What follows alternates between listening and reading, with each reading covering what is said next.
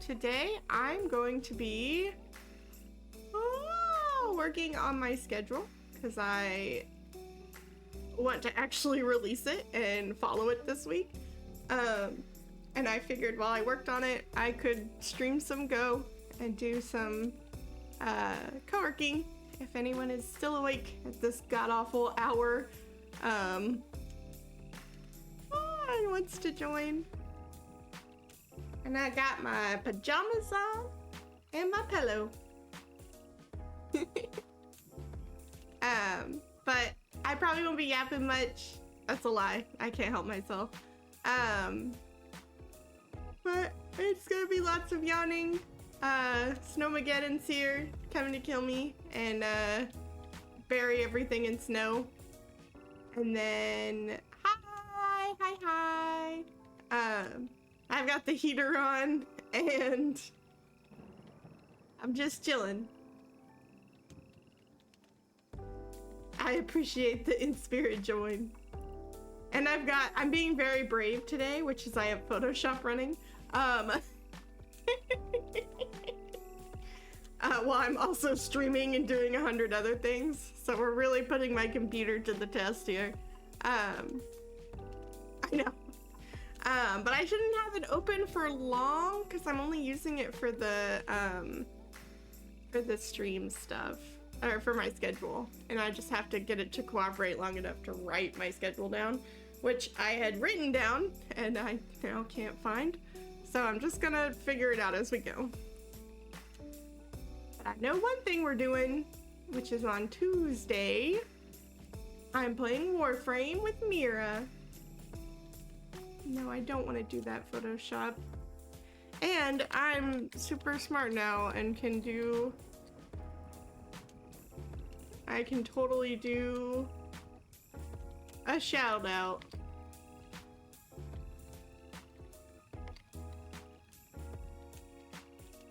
I could do a shout out if I knew how to spell. Nope, that didn't work. Oh, it's because it's not an exclamation point like I'm on Discord.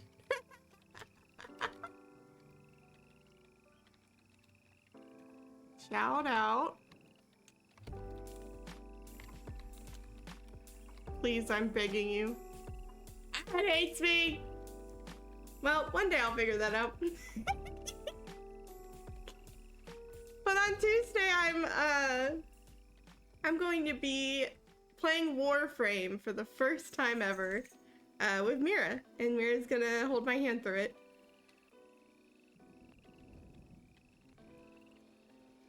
I know I'm not. I hate turning any of my Adobe programs on because it's an immediate like death to all of my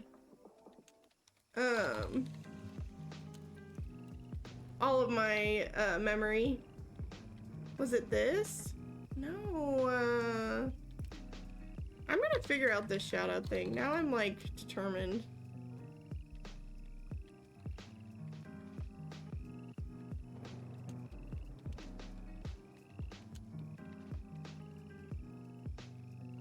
Did I do it? Oh my god. I did it! See, I know how to do things.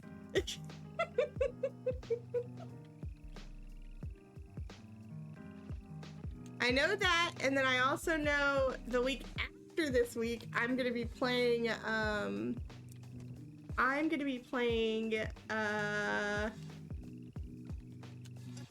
Outlast Trials with Ken and Siggy and Siggy and Can. Because I'm gonna have to play Outlast Trials before that so that I can actually make sure someone knows what they're doing. So I think it's been like 100 years since I've played. I feel like they designed Photoshop to be purposefully horrible. Nope, don't do that. Or maybe it's just because the last time I used Photoshop, like, consistently was when I was in middle school. I used to use Photoshop, and it's so I'm not really like I just started learning how to like draw and do art this past year, so I'm not really good at it, right? Like I'm still learning. It's not like I'm shit because I like am putting myself down. It's just I'm learning. So my art is very like middle school level, like I'm still figuring it all out, right?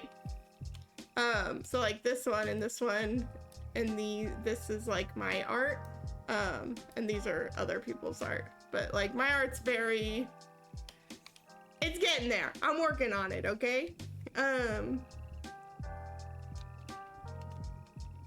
But why is my thing not loaded? Yeah, so it's just one of those like I just gotta keep doing it so I can get better. So when I had Photoshop as a wee child, hi Georgia, you can't be on the desk because I can't work while you're here, ma'am. You're so soft though, pretty girl. Hi. Hi, ma'am. Can you get down? Yeah, get down. No, don't rub your face against that. Nope. Nope, that's the stream deck. Please don't. When I was a wee baby, a new teddy bear, if you will, in middle school, I used to use Photoshop to edit anime photos for my Gaia Online, for my RP posts, so that I would have like cool anime edited like RP posts, like designs for my characters. So I specifically had Photoshop like asked for it and everything so that I could do like high quality Gaia Online RP. Not because I was an artist. Not because of that. I was removing the background from anime artwork that I was taking off the internet and using it for Gaia Online RP as a middle schooler, as a tween. Okay, I've stared at the, can you please show me the calendar? 31st is Sunday. Yeah, I'm really like, art's one of those things that for a really long time I really wanted to do, and I know that it's one of those things where you just do it, and that's how it works. Where am I typing? Because it's not where I need to type. That's not the color you're supposed to be.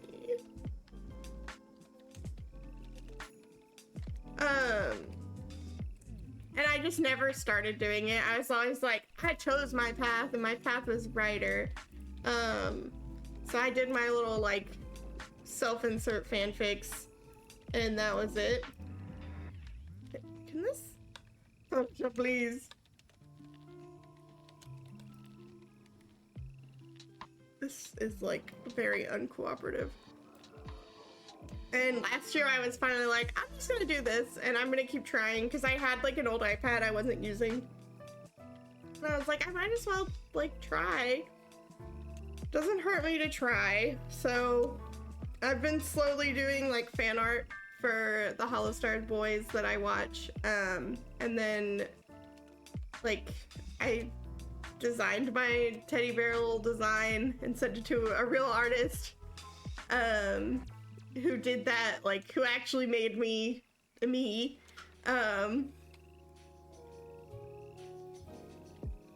it's been fun. I've actually got to keep working on a piece I've been working on, before January ends, so I actually have art for January.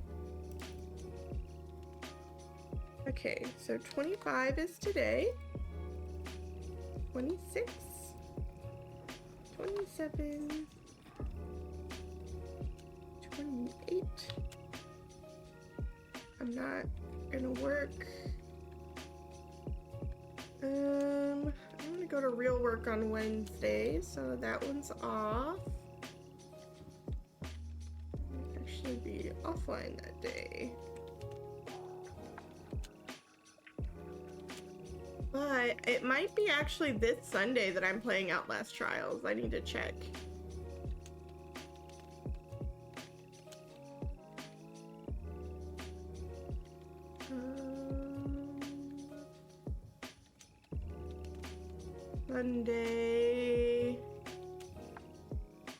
Sunday, 7 p.m.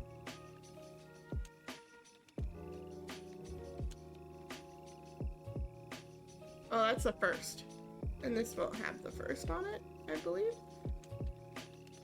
Sunday, Monday, Tuesday, Wednesday, Thursday, Friday, Saturday. Oh yeah, so it'll still be next week. It's still next week.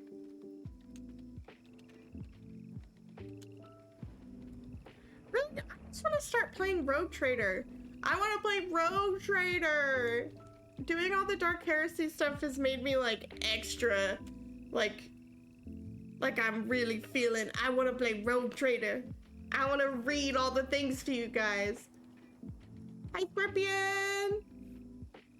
It's going. I'm currently being buried in snow, thanks to Snowmageddon. So if stream stops, it's because I don't have power. But I'm making my schedule and just chilling. Because I needed to do it, and I turned Go on, and I was like, I could just stream this. So I can yap while I do it. And by yap, I mean also distract myself. So that's today.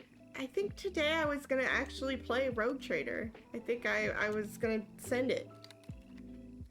So let's send it. Rogue Trader! And I'm gonna start that hopefully earlier. Let's do 4 p.m. tomorrow. Today? Today? Yeah, let's do today. I'll try. I came home from work last night and I was like, okay, the snow's gonna start like tomorrow late, so I should turn my heat on. And as soon, like, I have like a little app for it because it's all like smart devices or whatever.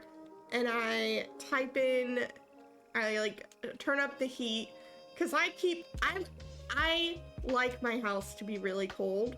So I have it like at 62, 60-ish, and that's Fahrenheit. And no, I can't tell you what it is. Celsius, I'm so sorry. But I was like, okay, I'm going to turn the heat up and I'm gonna turn it up to like 67 or 68 because I'm new to snow. So I was told the possibility I could lose power and like all this stuff could happen, and I need to make sure that like I retain heat and blah, blah, blah, blah. And so I was like, okay, I'll turn the heat up. So if I do lose power, like the house is at an overall higher temperature and it's slower to go down. Makes sense, right? So like, I do that, go on my way, make dinner, go to bed, get ready, lay in bed, cats are all on top of me, and I'm like, alert on my phone. And it's like, security notice, your critical system failure on your heat. And I'm like, what? What?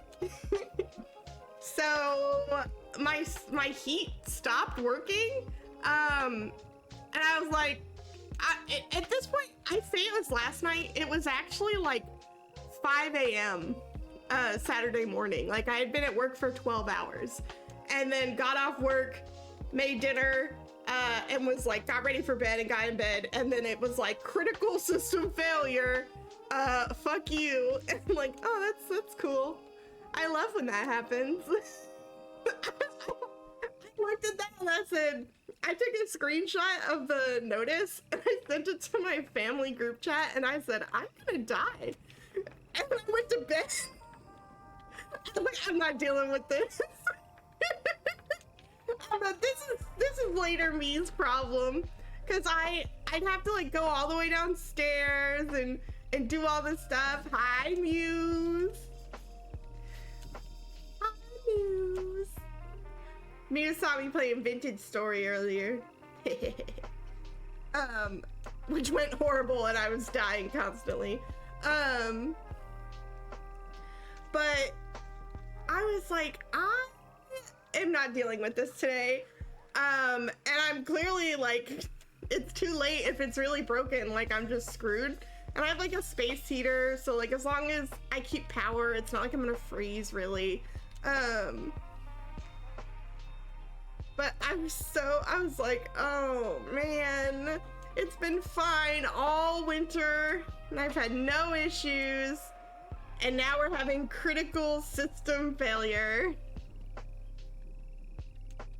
So I woke up today, walked all the way downstairs, went into the garage, went into the little room with the thing, and it makes all these like scary, spooky sounds, and I'm constantly afraid I'm gonna like explode it all. But as a strong, independent woman, I turned it off and back on, and everything was fine. Well, I say that, it still is not heated up to the point that it needs to be, but it did get a little hotter. And I think I need to get a new filter, but it's too late for that now. So it's comfortable. So I think unless like something really horrible happens and I lose power for the next like week, I think I'm probably fine. And even then, if that happened, I have like people I could go to and be like, help me, I don't have any power. I could go I could open my garage and sit in my car if it was like really dire. Okay, Road Trader, finally starting this thing, bam. Yeah, and I think 4 p.m. is a good time. And I need to make sure, when we do Rogue Trader, I was listening to some of my VODs from Dark Heresy, and the background was just too quiet. Like, you could hear me, and I guess, like, as the streamer, that's the most important part, but there was, like, no music, and I really wanted to make sure that, like, it was balanced nicely. And I wasn't getting that, I think. So, welcome in! Let me do I can wave, I can do that. I know how Go works. Wow, that's just a hand.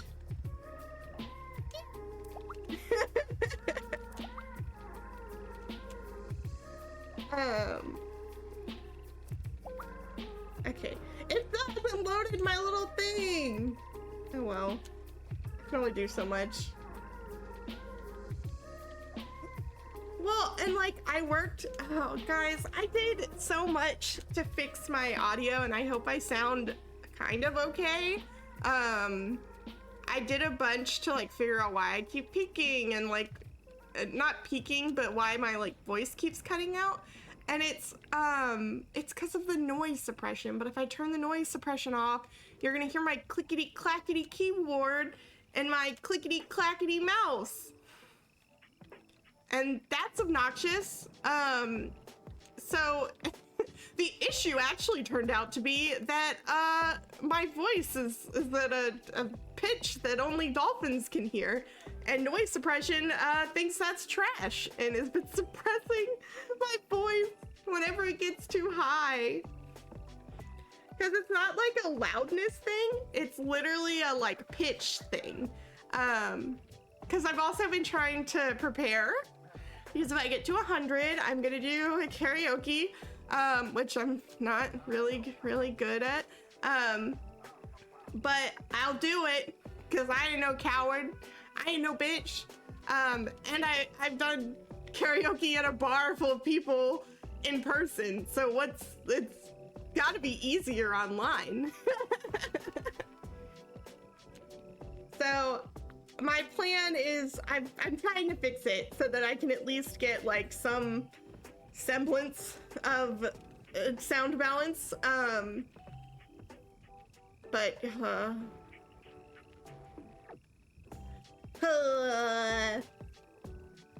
I've got to survive this week and not die. Okay. 26 is Monday, and I think I planned. I have that paper. I'm gonna be right back. I have a paper where I like spent time yesterday thinking of my schedule and wrote it down, and I think it's downstairs on the counter. So let me go get it. Thank you. I'm actually working on a ruse bow one. That's all. Oh, excuse me. That's all like lore themed. And I reached out to Soso, who does animations for Ruse, and does like a bunch of ruse bow animations. And I wanted to make like a cool room themed after that. So I've been doing that. And hi, Ken. Hi. I was telling him we're gonna be playing Outlast Trials because you guys just made it to 100 subscribers. But I'll stop right back. I'm gonna go see if I can't find that paper. Because I wrote down what my plans were. God dang it. So be right back. I'll be right back. Fall down the stairs again like before.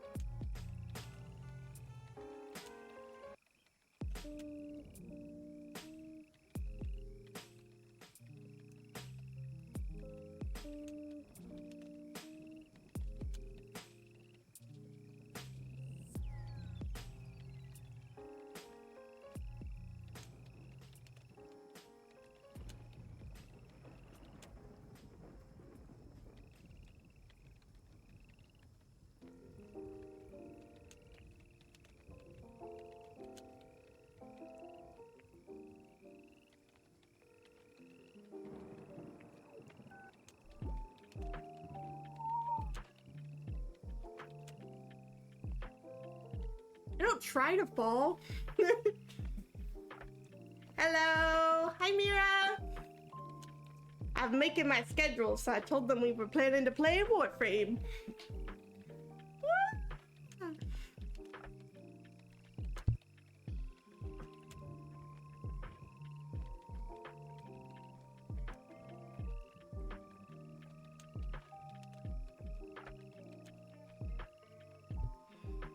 Sorry, I'm muted because I was big yawning like 6 times in a row.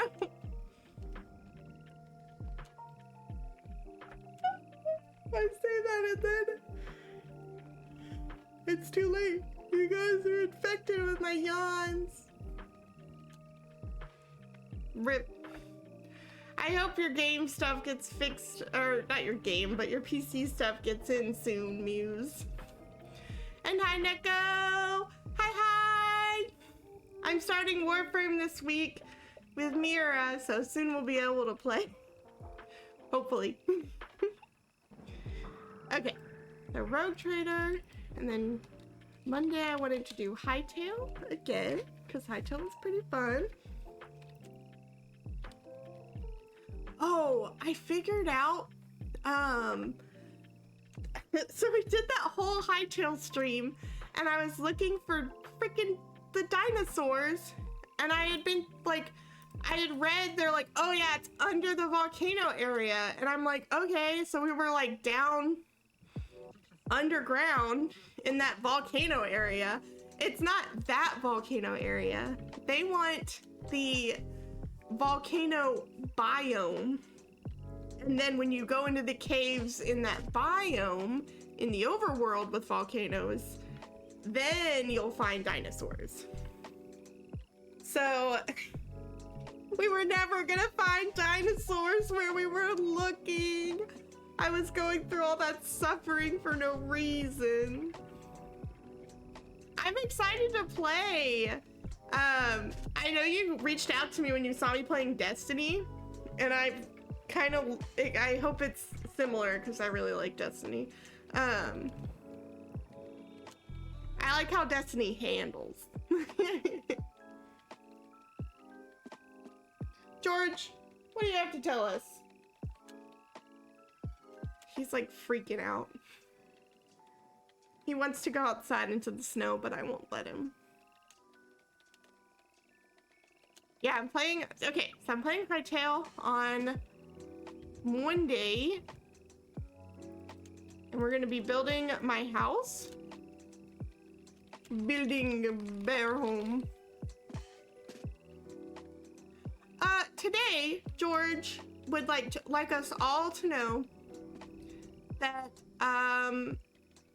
he can manifest tortillas out of thin air. And every time I see him, oh my God, I'm in your head. The camera's taking me through your dome.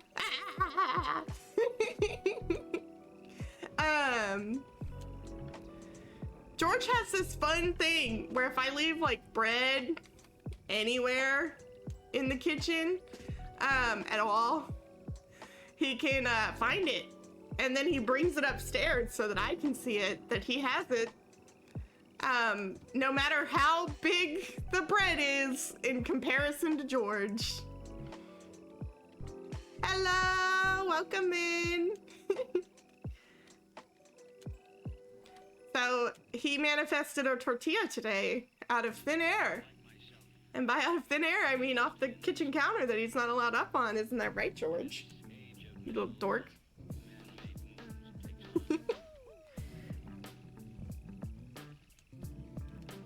George just commits crimes every day. That's his only job. Can this not do this? No!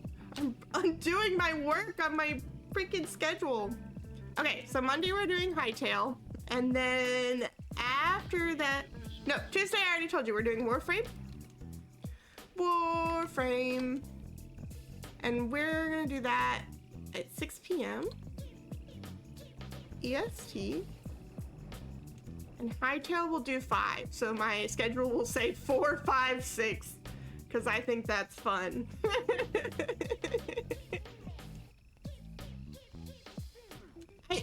It's funny, except for he does it all the time. And like, I could put the bread in like the microwave and stuff, but I don't have bread very frequently even. So like in the time periods between when I get a bread product, I forget that I should be like hiding it from him. Or I think, oh, surely he wouldn't. Surely my George would never, right, dork? I see you down here. Yeah, you know I have the heater going, so you want to be right where you can get it. Really, instead of being, he just does crimes. I don't know. He likes to find where the heated blanket is and where the little space heater's going so that he can melt. And he likes to steal food out of my kitchen. Because he's a cat and he does what he wants. And he screams really, really loud every few hours because he never gets fed. I've never fed George in his whole life. All 10 years I've had him. He's never had a single food. Welcome in, Cam. There's never been a single food. Oh my God. Ritz, I didn't recognize you because I only read the first 3 letters of your name.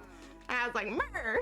And I was looking and I'm staring and I'm like, this person has the artist badge. Don't I give the person that?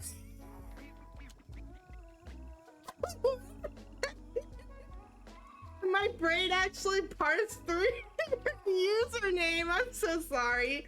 So guys, if you didn't know, Ritz is who made all my emotes. So all my like fun emotes, that's all them. And I even have them up in my Go room. See?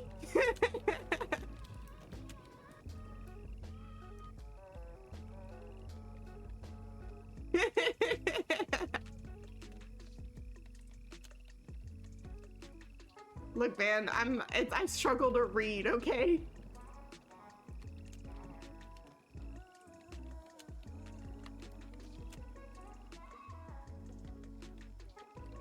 Oh, an ad.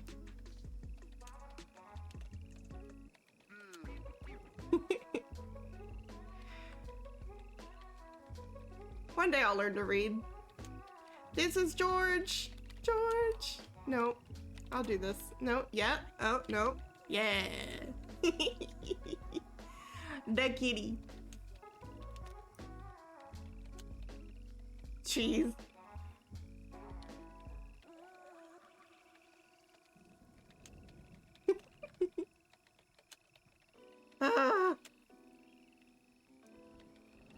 One day I'll learn to read. Cat photo. Cat photo. What do I got for you? Let me see. The easiest way for me to show you guys to retrieve cat photos is to check where I've been sharing them on Discord to people. I'll show you my terrace, George. Save image. Save. And then I've fixed this now to work like this so that I don't have to totally resize it again, because I'm so smart and I know how this works. I'm doing it. I'm doing it. I'm so smart. I'm sorry if you can see the hitboxes. Oh. Ah! There he is. The criminal.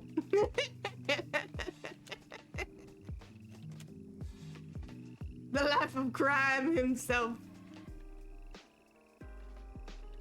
Mr. Mob Boss, George Menace. All George knows is eat chip and do crime.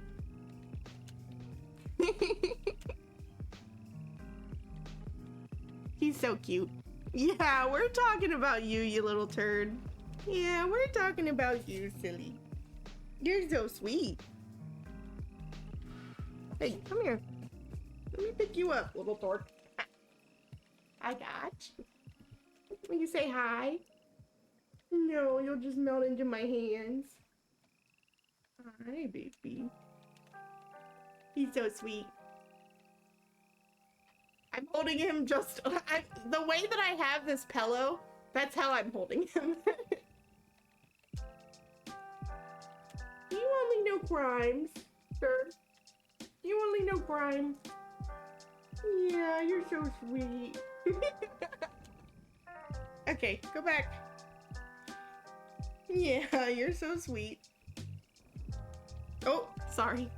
That's one of the things I really want to get cat mics like Ruse has, so that I can show you guys. I can mic up George and you can hear how loud he is. All he does is yap. Yap Master George. Where did Photoshop go? Can you? Imagine that's with like noise suppression on. So imagine how loud he is, like right there where I can hear him. He plays fetch. He's real interesting. He's a real interesting little cat.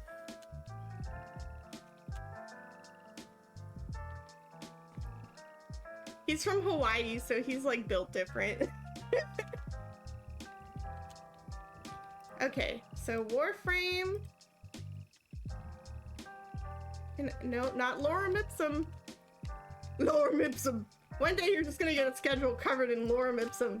Because I was too lazy to control Z the 20 times it shows up when I click anything.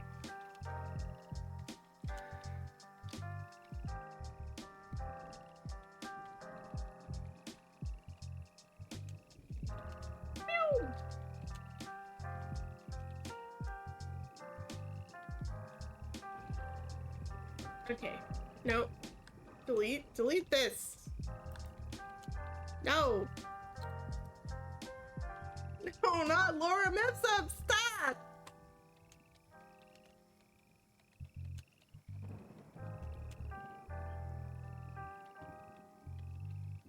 Delete. Why are there so many options? I hate Photoshop.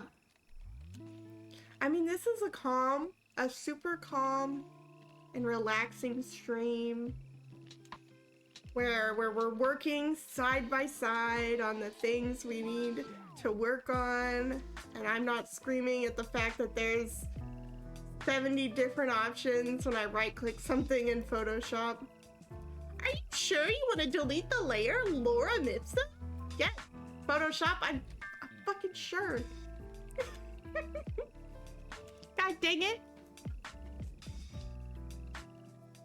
Okay, so Warframe, Hightail, Rogue Trader, and then on the 31st, which is Saturday, I'm going to do Saturday, Big Yawn. On Saturday, we're going to show the time, and we're going to turn off offline. And we're going to do 31, not JST, EST. And I'm gonna go back to RuneScape on Saturday. We'll do that also at 5 p.m. So I like starting at 5 p.m.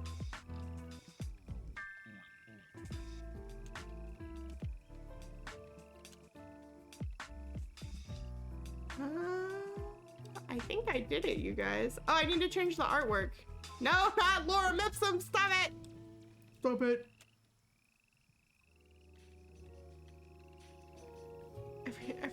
Everything is a nightmare.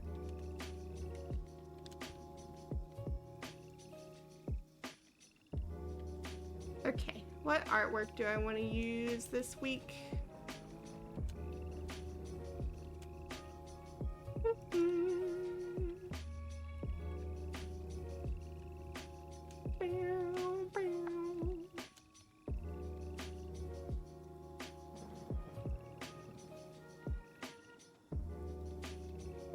Apparently none, because I can't find where all my artwork is saved. That's fine. That's fine.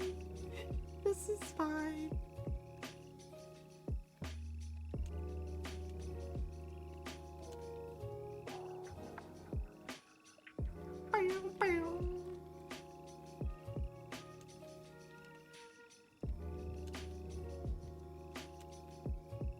Oh my god. Oh, it's huge. No, stop that.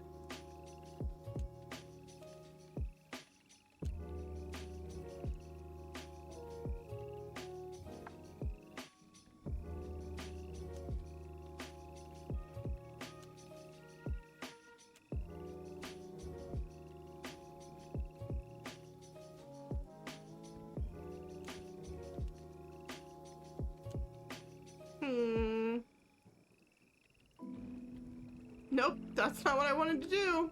Oh my god, my life is a nightmare.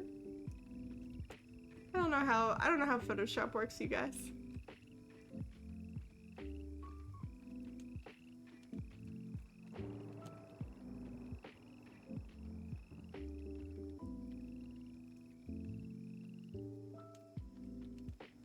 Oh, I figured it out. Oh, I'm so smart. Oh my god. I'm the smartest teddy bear you guys freaking know. Oh, let's actually see if this works before I start boasting.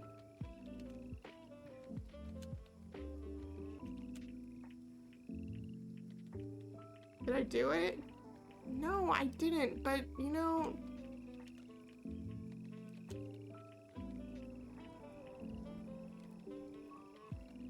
I did something that works, and that's what matters.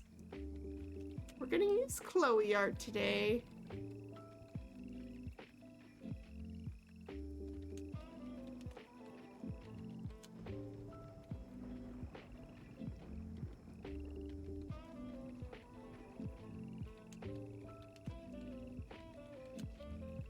Yeah. Art by. I need to see what Chloe's VGen is.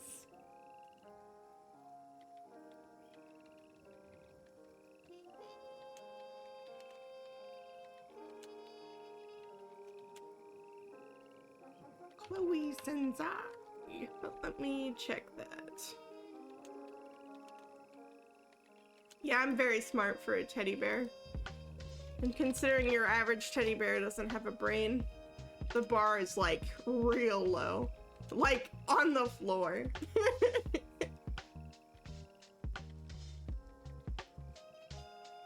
It's in the negatives. Bijan, could you show me the things that I want to see when I want to see them, please? Oh. Chloe Sensei. There we go. I'm trying to make sure when I... Okay, there we go. This looks like I did it. I'm so smart. No, don't zoom in by 600, please. 25, 25, 26, 27, 28, 29, 30, 31. I didn't actually write in RuneScape down here. I'm not as smart as you think.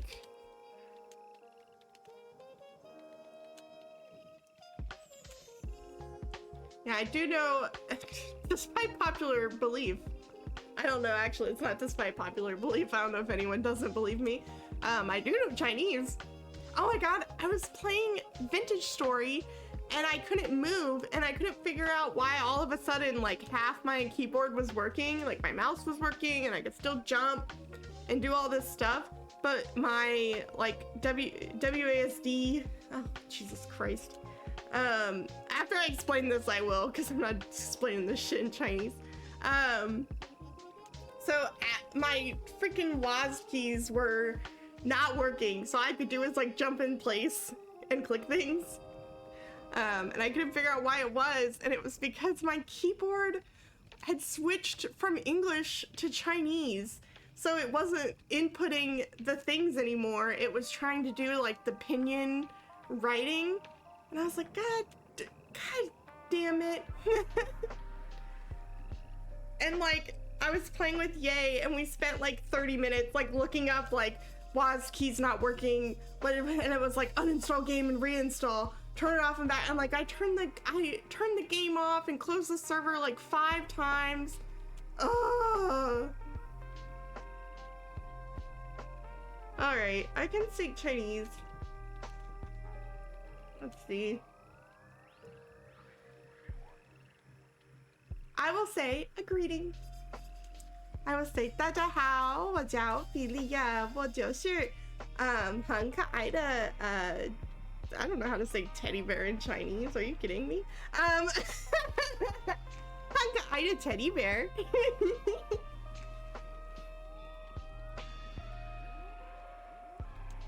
我很喜欢我的猫，George baby. George 宝宝。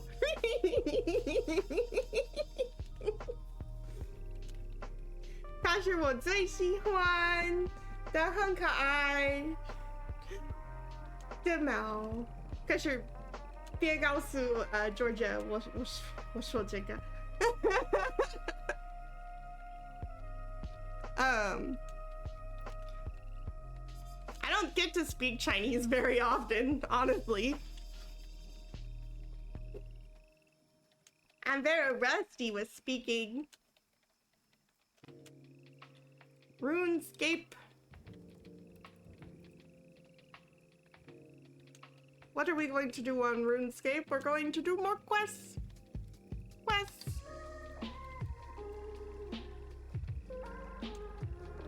Fighting God. No, we're not fighting God. What?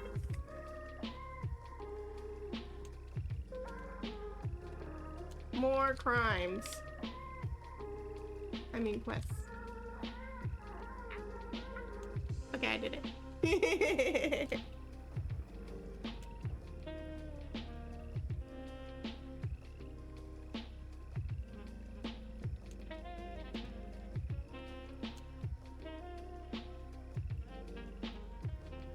Why does this hate me?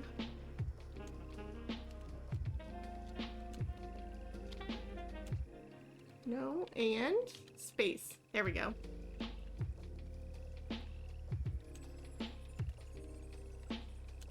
So I think I did it, you guys. File. No, cancel. I almost closed out of it and didn't save.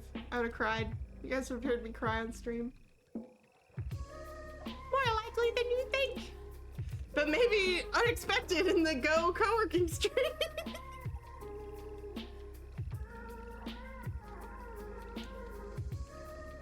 Alright, quick export this as a PNG, please. And I will save this to my desktop because I don't really care where I save it. And this will be schedule January 25th to January 31st. Save. And we're gonna actually try to follow it this week. Hopefully. Well, we'll see. Since I think something went wrong during every single stream that I had scheduled last week.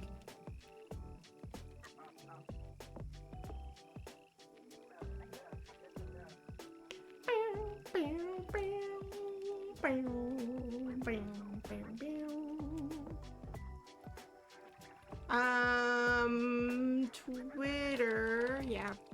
I need to make a blue sky. Maybe that's what I'll do next. I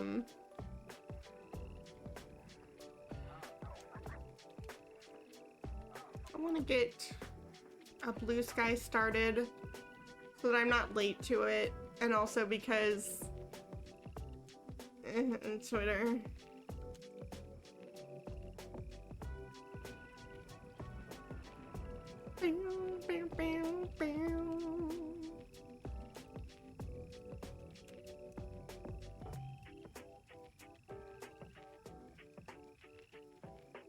Where is...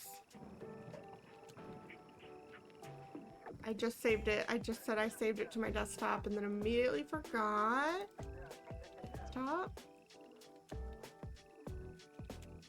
Schedule? Nope, that wasn't what I wanted to do. Oh, man.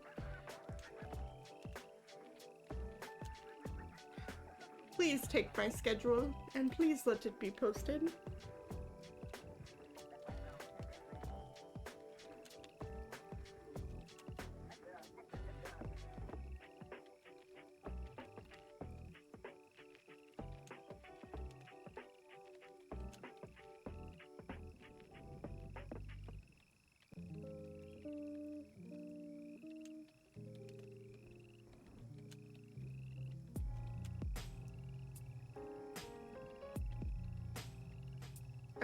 Okay, I did it. I've made a schedule, you guys, and it's posted on my Twitter, which I have a button for. Wow, button.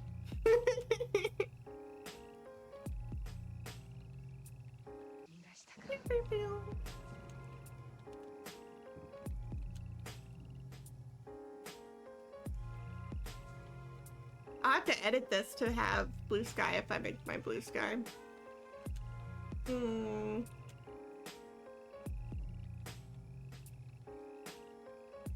Let's do that right now so I don't forget.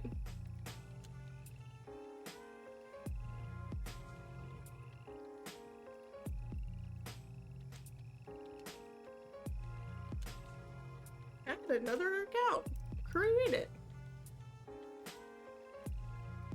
And I'll tell you guys my username and password right here on stream.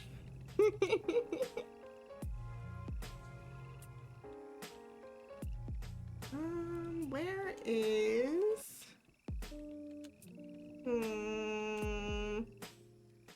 I have another email, don't I? Yeah, I have this. I have an email that's not my first and last legal name.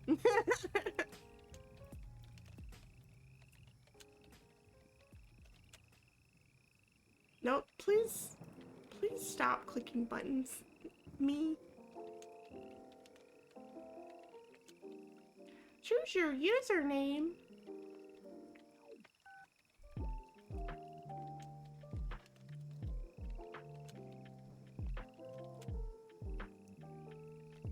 Oh my god, complete the challenge. A CAPTCHA. I am a human. Drag the pipe to help the snail reach the other side. Oh my god. Oh dear. Oh my.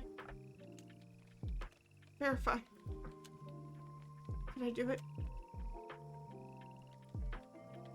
Give your profile a face. You can't tell me what to do.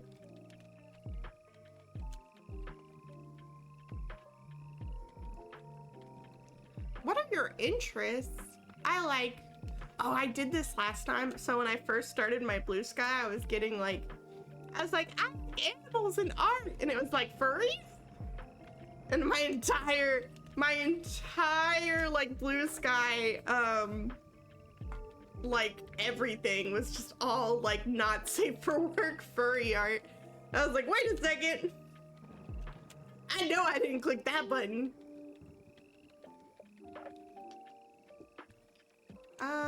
What are my interests?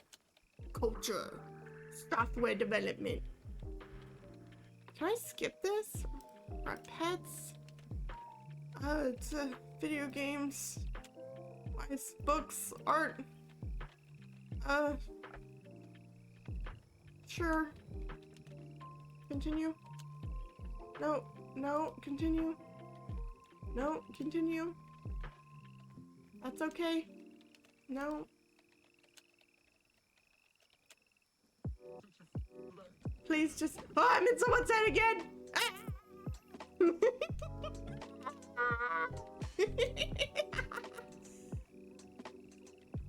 The camera is like, once every 5 minutes we must go through Scorpion's head. What are you thinking? Tell me right now. The camera demands it. Also, hi, Siggy. Hi, hi. Hi, hi. Alright, did it like make me follow any random people that I don't know who they are? Verify my email. Thinking Night Rain. I need to play Night Rain.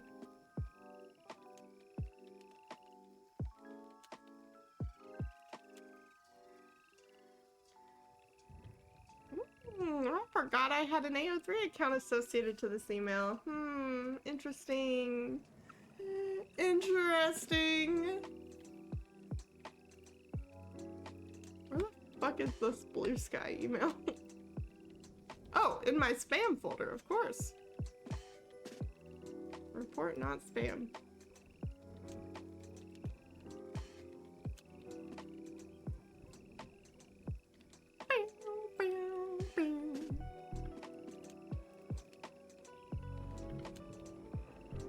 Alright, I've got super official, you heard it here first, Nitro Rugrat Blue Sky account, which I will totally have a link to in how many other seconds it takes me to figure this out.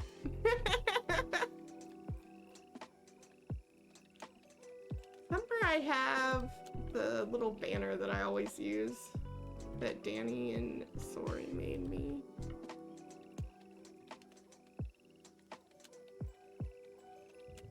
Okay, Nitro Rugrat. And I am not original, so I am going to copy pasta this stuff.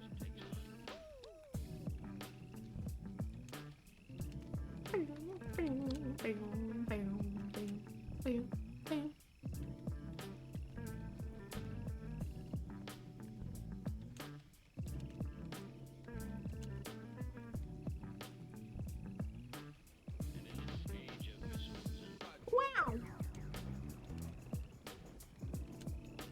Someone's already following me! Who? Blue Sky!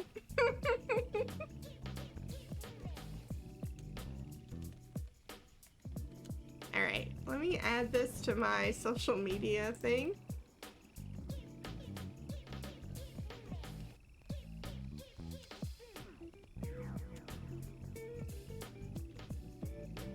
Or Blue Sky.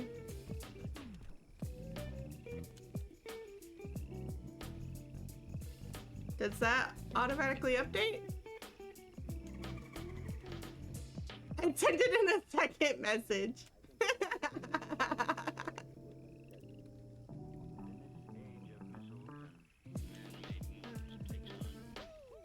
I wonder why. Will that make it not be a second message?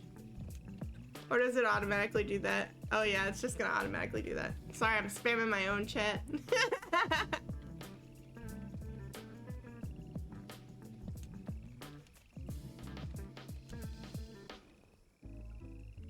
Maybe I do that. Follow me at Twitter.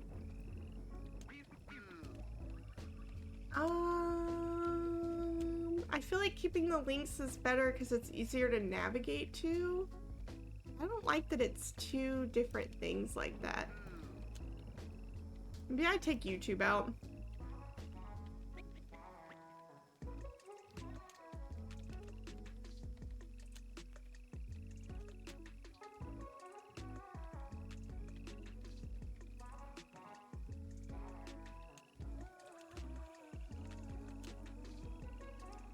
Mod, spin the spammer.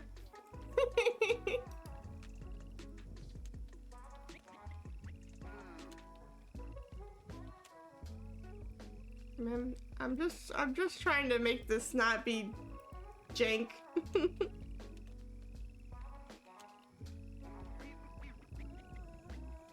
It still did it. It's because the Blue Sky links are so long. Let's make all of these shorter. I think that's the answer.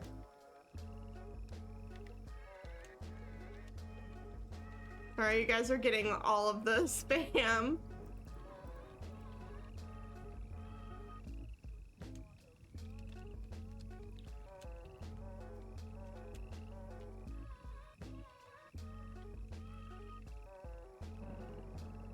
Let's tiny URL all of these.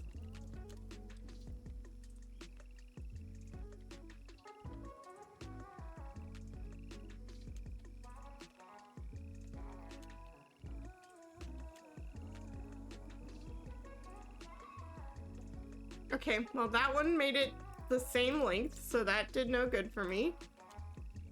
I think I just have to tiny URL the Blue Sky one because it's so big. It's so long. Oh, I wonder if it's because I have it as profile, and I should, because I just clicked profile.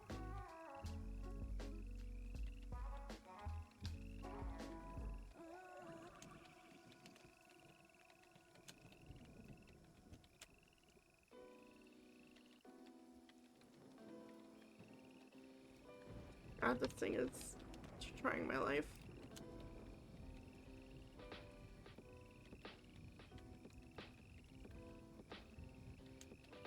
Maybe I need to just make a card and that would be easier.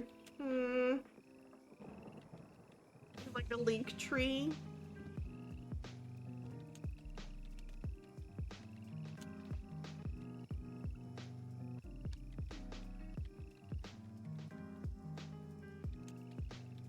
Hates me.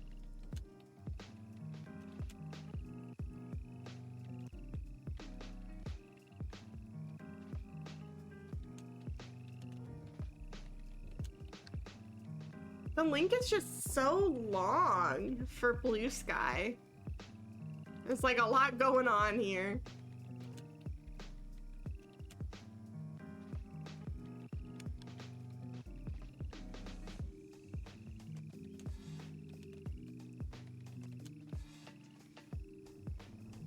Okay, that did work. Yeah, I might end up making a link tree because I don't like that it's giving us like 12 extra links like that. I don't really like using a tiny URL where people can't know where it's like breaking out to. Just don't like that.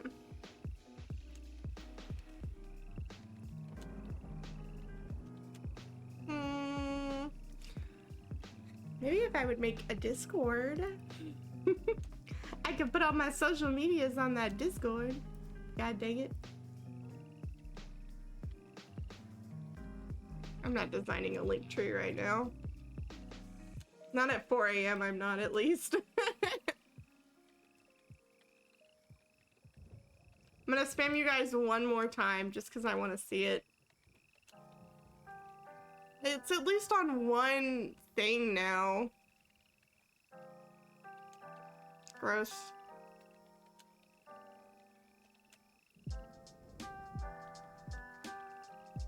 I hate it. Thanks. Well, at least it's in one message now. Horrible. Maybe it would help if I said X instead of Twitter, but you can build Twitter out of my cold, dead, bare hands. I give you guys can open an ASMR though. Oh.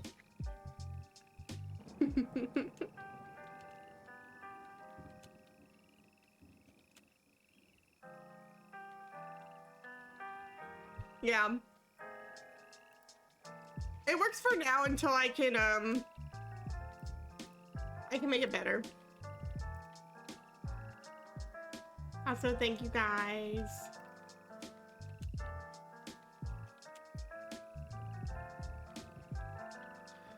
All right, let me set my Blue Sky up so it's got the reference pinned. I got my own Oshi marks correct. Okay, that is at least right. At least I got something right here.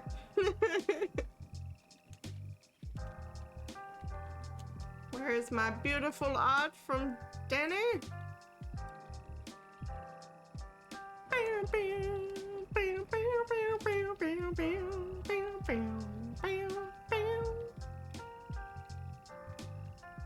I think this week my model is getting like 5 new outfits, so expect me to have tons of fun new stuff for you guys. This is the best part of having this Prism model, has been just being able to play like constant dress up. I feel like I've reached like the peak form of those like Lizzie McGuire like dress up games that I used to play. And now it's super high-tech VTuber model. Who knew? Who knew when I was on Disney playing Lizzie McGuire dress up that this was my future?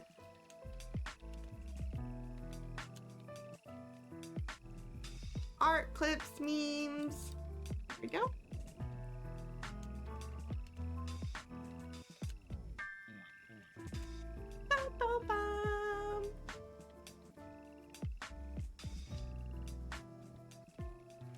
Yeah, I think that there's like, I'm definitely seeing where there's some limitations with the excuse me, oh my goodness. Some limitations with the customizable models, especially when it comes to like limits on textures and stuff. And I'm still not 100% sure about the VTube Studio. Oh my goodness! Thank you for following me, Yume Sune. Oh my, wait, did I just meet my thing? Oh my, Thank you, guys. I'm at 90, and in 10 more, I'll do a karaoke stream just for you nerds.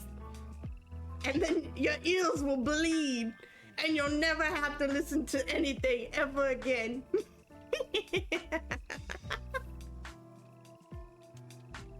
Yay! Thank you and welcome in.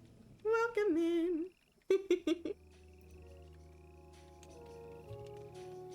Oh, hell yeah. Some random person reposted my first post on my Blue Sky. Okay, so now I have a Blue Sky. I did it. I've got 12 social media accounts that I can barely run at all times. A return to the look.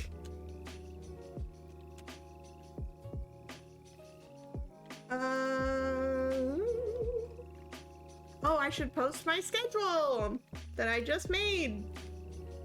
The schedule for me. Nitro schedule. The schedule specifically made for Nitro. Nitro Rugrat? Nitrous Rug Ratio?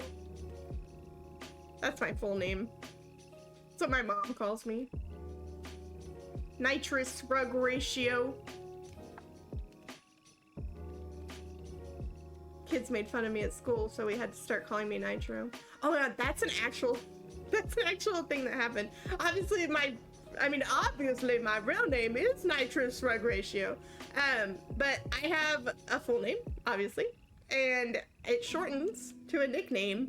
And the kids were like really mean about my full name for a really long time in elementary school. But my mom actually went in and tried to legally change my name with the school as my nickname, so that all the teachers would only call me the nickname and none of the students would know my full name.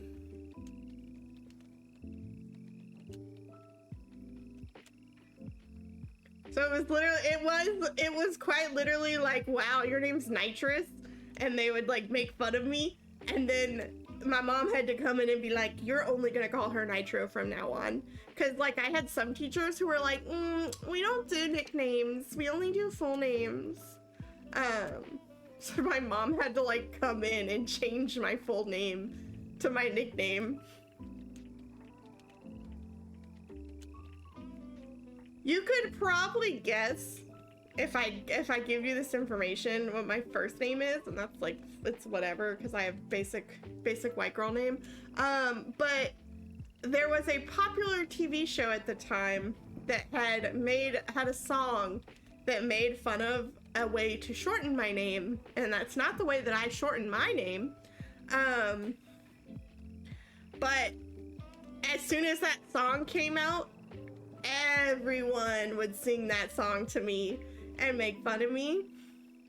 And I'll be real with you, this is why I'm like, no matter what you do, kids are just gonna be mean. They changed my name to the nickname, and they were like, so they stopped doing that, and they just found out that like my nickname backwards spelt something like stupid, and they were like, yeah, we're gonna make fun of her this way. They were like, oh, Nitro backwards is Itron? Haha, that's so dumb. And like made fun of me for that. So I was like, well, there's nothing I was gonna do to ever win, so it's whatever. Kids are weird, man. Like elementary school and middle schoolers are just mean for like no reason.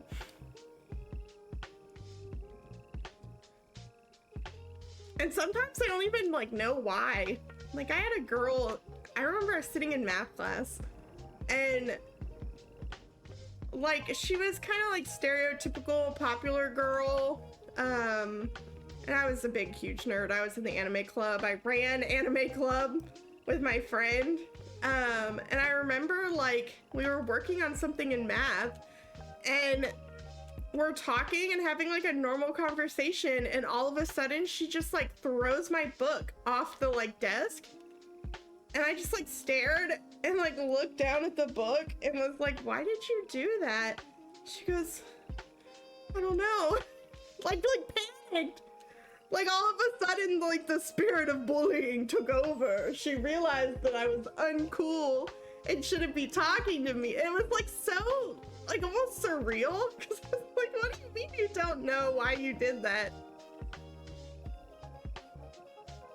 And it was kind of one of those things where the older I got and the more I would see people who still kind of acted like high school bullies, I was like, why are you doing that? Like, hey guy, we're like 21. Like, you don't have to act like this anymore. You can grow up now.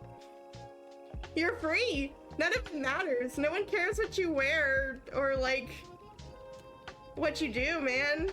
You like anime? Like anime. Shit. What was I doing? Oh yeah, I'm trying to post my my schedule. My schedule.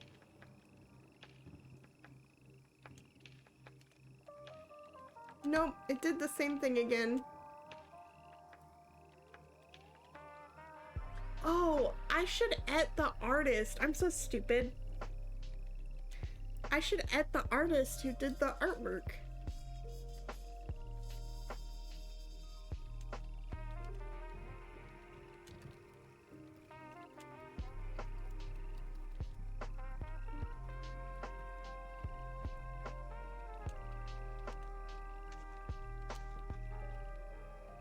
Okay.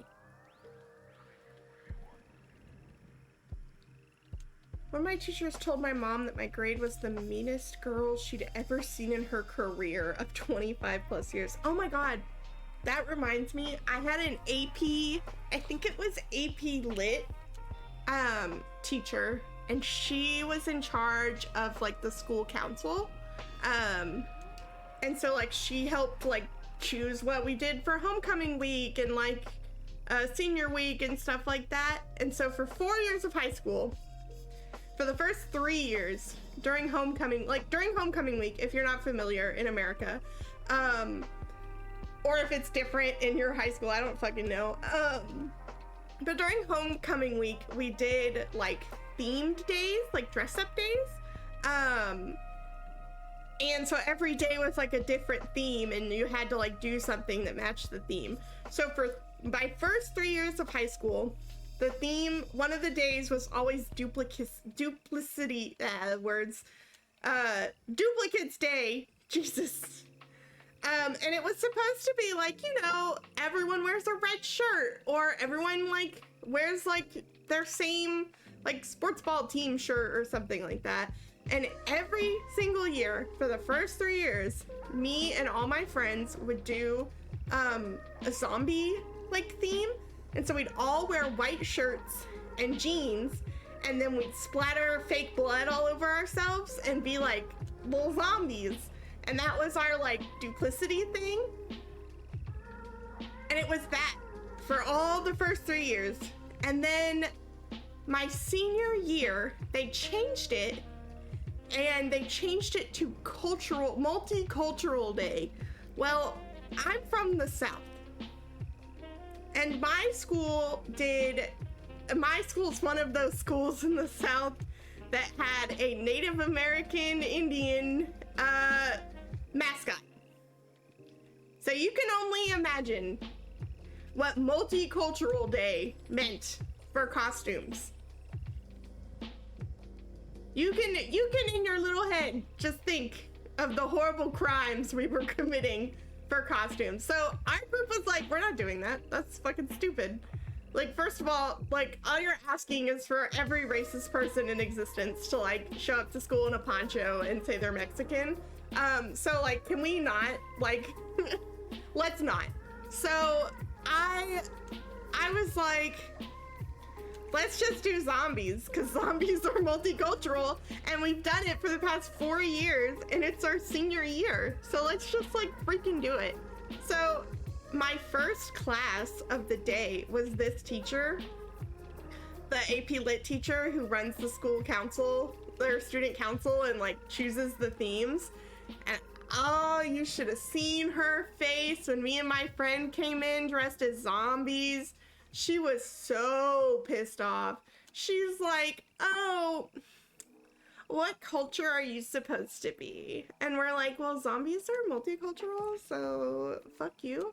But you know, she's like saying that while we look around and like half the class is some like racist like stereotype. So I'm like, I think we maybe chose better. So go fuck yourself. But this teacher was like, she was like a high school like mean girl. She was very much, oh, I hate teachers like this. She would do extra credit if you had the money to use props when you did your presentations for things.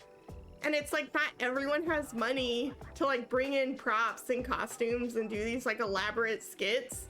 So you can't base extra credit on the students who are like able to afford random bullshit that they like only need for one day. And we read Macbeth, and in the middle of Macbeth, they have like the witches. I think it's in the middle. They have the like witches, like curse or whatever, the spell. And so we had to write our own witch's spell. And my friend and I did a parody of it. And this was in the super Hulock days. So we did a supernatural themed version with like a modern supernatural witch, and they were like trying to find like Sam or something, and my friend dressed as Dean. So it was like something silly, and it referenced like a bunch of supernatural stuff, but we did the assignment, like we followed like the rubric, you know, like it needed this many lines and it had to rhyme and it had to like match the like cadence that the original did. And it just referenced supernatural. So like she obviously didn't get it. And we like dressed up to do our presentation and like clearly different than we normally would.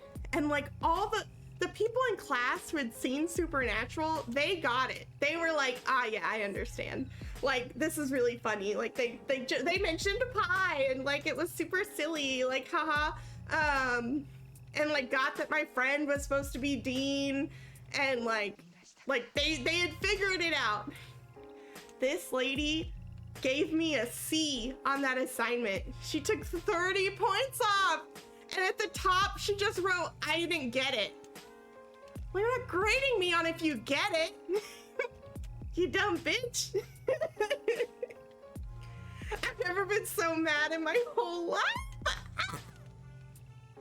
Yeah, I actually think I was a student teacher. Immediately my like second period was like student teaching, where I just assisted one of the other teachers. And I think I went into her class and I said, this is fucked up, right? like this is wrong, right? And she was like, yeah, she shouldn't be grading you. Like, you have the rubric and reading it, like she shouldn't be grading you that way. And I think I went back in there and I complained and got my grade back. I said, I'll Karen my way into this. It's not even really Karening. I deserved that grade. We did the assignment right. She just didn't like how we did it.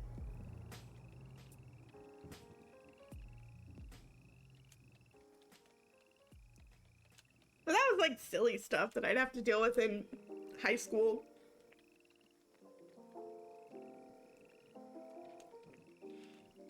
Well, you know, in imaginary school, when we'd play pretend that I was a high school student.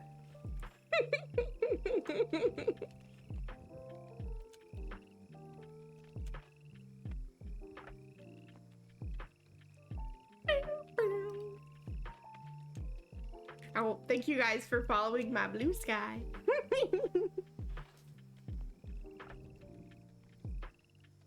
Oh my goodness. I hated that class. But would you believe that me, someone who's trying to be a professional yapper,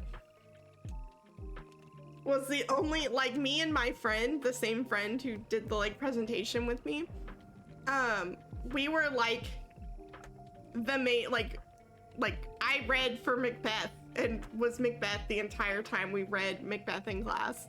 And like normally they'd like switch people to like read the characters and they were like, no, we want Nitro to keep reading. And it was like that when we did Macbeth, and then I think we also did which other one did we do that they kept me reading the whole time? I just like reading, you guys. Even if I've gotten worse at English. That's why I'm so excited for Rogue Trader. I'll keep being Nitro Rugrat voice actor, except not really. But I'm excited.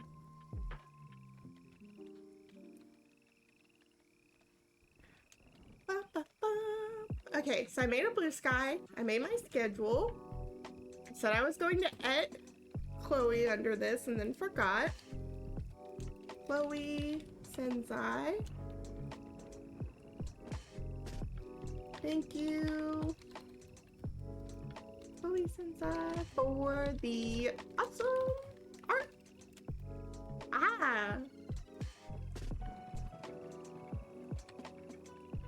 I've been trying to get better at like making clips and posting stuff. Cause I'm trying to quit my job and move out of this fucking hellhole. It's not a hellhole. It's just, I don't like it here. And I don't like my real person job. I'm trying to do all the things that I need to do to get good. To get good.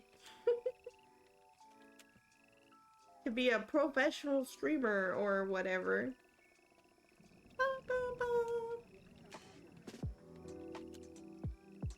Yeah, I just like the house that I'm in is very expensive, and the job that I was in, because I'm in like a tech job, was paying a whole lot. So like when I got this house, it made sense for me to have this house with the paycheck I was getting. And then wow, it turns out when they said I was permanently disabled, I was permanently disabled. And I just can't work full time like I thought I'd be able to. And it's really put a bummer on my finances. So I either need to move to somewhere cheaper that isn't this place, and keep doing like this like mixed, do the job that I have and then do this, or I need to like move out of the state and quit my job and like, I don't know, go work at a McDonald's until I hopefully get good at this. I'd make the best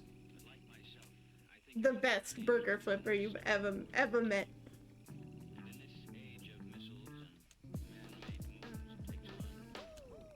I was in my hometown recently, and I used to work at a Pizza Hut when I was in high school. Like, there was like a very brief period between when I graduated high school and I joined the military, and my parents got all like weird about like, oh, we want you to have a job before you join the military. And I'm like, Mom, I have a job. I'm enlisting. Mom, in like 5 months, I'll be gone to boot camp. But they wanted me to have a job in between that time, which, you know, it was real easy for me to go find someone willing to hire someone who's immediately going to be replaced in 5 months when they leave for boot camp. And a lot of horrible things happened related to that, but I won't mention it because it's a bummer. But I did eventually get a job at a Pizza Hut, and that Pizza Hut is now closed. And so when I was at my hometown a few weeks ago, I went to the little restaurant next to it, and I walked by and I was like, my Pizza Hut's closed. I used to be the best box folder ever. They kept trying to give me more jobs, and I was like, you're not teaching me how to make pizzas. I'm not doing it. I answered this phone, and I answer the phone. I'm the best phone answerer and cashier user you've ever had. And I fold the boxes super goodly. And that's all you're getting from me. Because then I'm joining the military and leaving. I don't want responsibilities here. I don't even want to be here. I don't want to be here. I will say, people are like so weird ordering pizza. Like, the amount of people who called and would like hit on me. Like the pizza girl, like I'm not, like you're calling and talking to the person who answers the phone and they're like, wow, you sound cute. Do I sound cute, you guys? If I answered the phone and was like, hi, thank you for calling Pizza Hut. Do you want to hear about our orders? Would you be like, wow, that's it. That's like Riz. Are you gonna be delivering my, oh my God, are you gonna be delivering my order? Like what? What? No! No, and now I'm sending the biggest man who works here to go deliver your pizza. Stop being weird.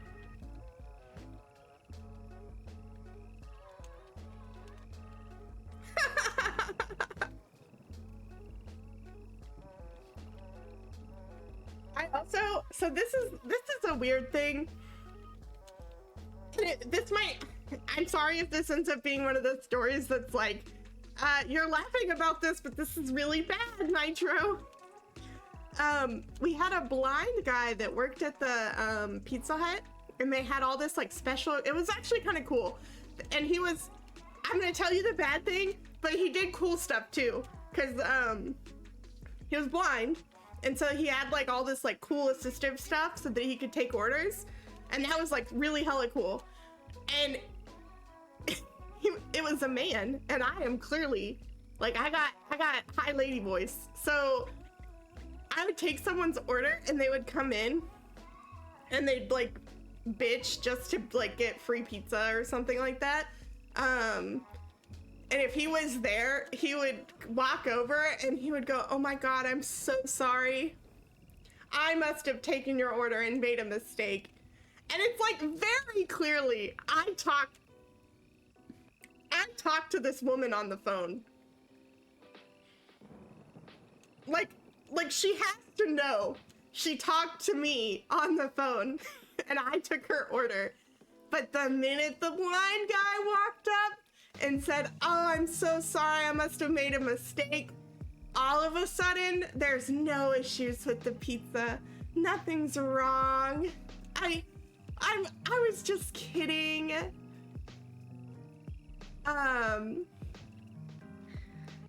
And the only weird thing is that he was very handsy and gave a lot of weird hugs. And I very consistently would dodge away because he had some wandering hands, is what I'm gonna say. And what are you gonna say to the blind man? Don't touch me then? I don't know. Because he was strategic about it. Yeah. But otherwise, he was chill. And I learned a lot about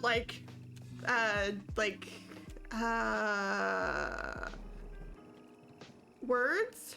It lost me. Oh, I learned a lot about different technologies and stuff that he used to do stuff, and things that the iPhone can do. Assistive technologies. So that was cool.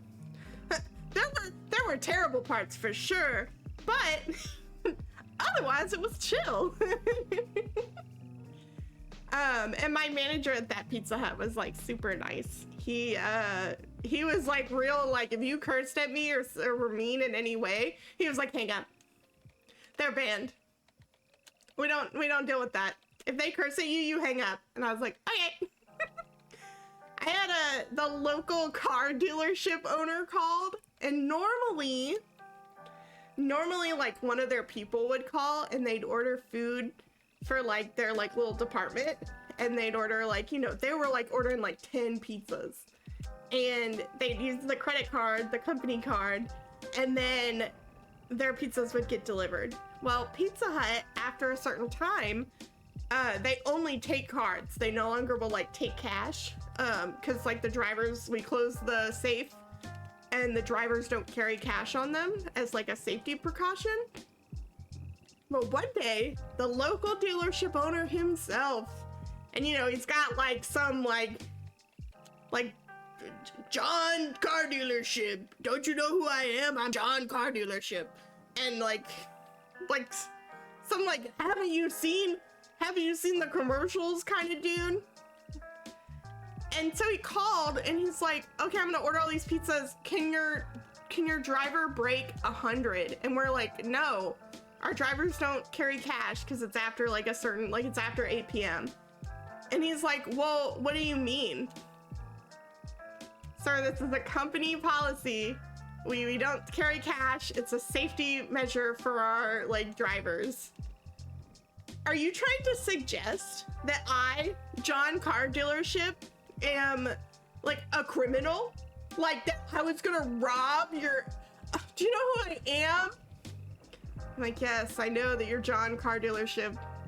The road to your car dealership has your name on it. I have to drive past it every day. Like, yes, dude, I know who you are. And he was pulling like the full like, tell me your name because I'm gonna call corporate. I can't believe this. And we like got my manager to talk to him. My manager was like, look, dude, it's the rules. I can't open the safe. I couldn't open that safe if I wanted to. You could come to this Pizza Hut and hold a gun to my head, and I could not open the safe. It doesn't open. Like, there's nothing we can do. And he was just so mad, and he threw this like big fit, and then the next day, the very next day, he called back, and do you know who was so apologetic and felt so bad and bought extra cheese on every pizza that he ordered with his credit card? I got like a huge tip too. I think he realized how shitty he had been and was like, I need to do damage control.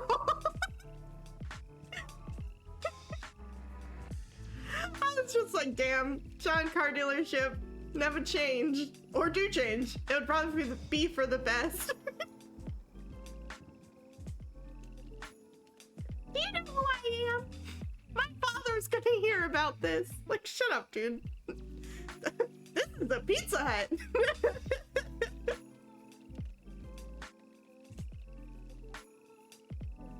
It's so, like, ridiculous. Like, why does it matter, dude? Like, we're just, like, you guys call once a week. Use the credit card. I know you have it. It's saved under your account. Like, why are you being difficult? Yeah, it was bad because he was the face of the whole dealership. Like the little jingles and everything were like, call John Car Dealership, ba ba ba ba ba. And like, it's just like, wow, I'm talking to the John Car Dealership and you're a fucking asshole.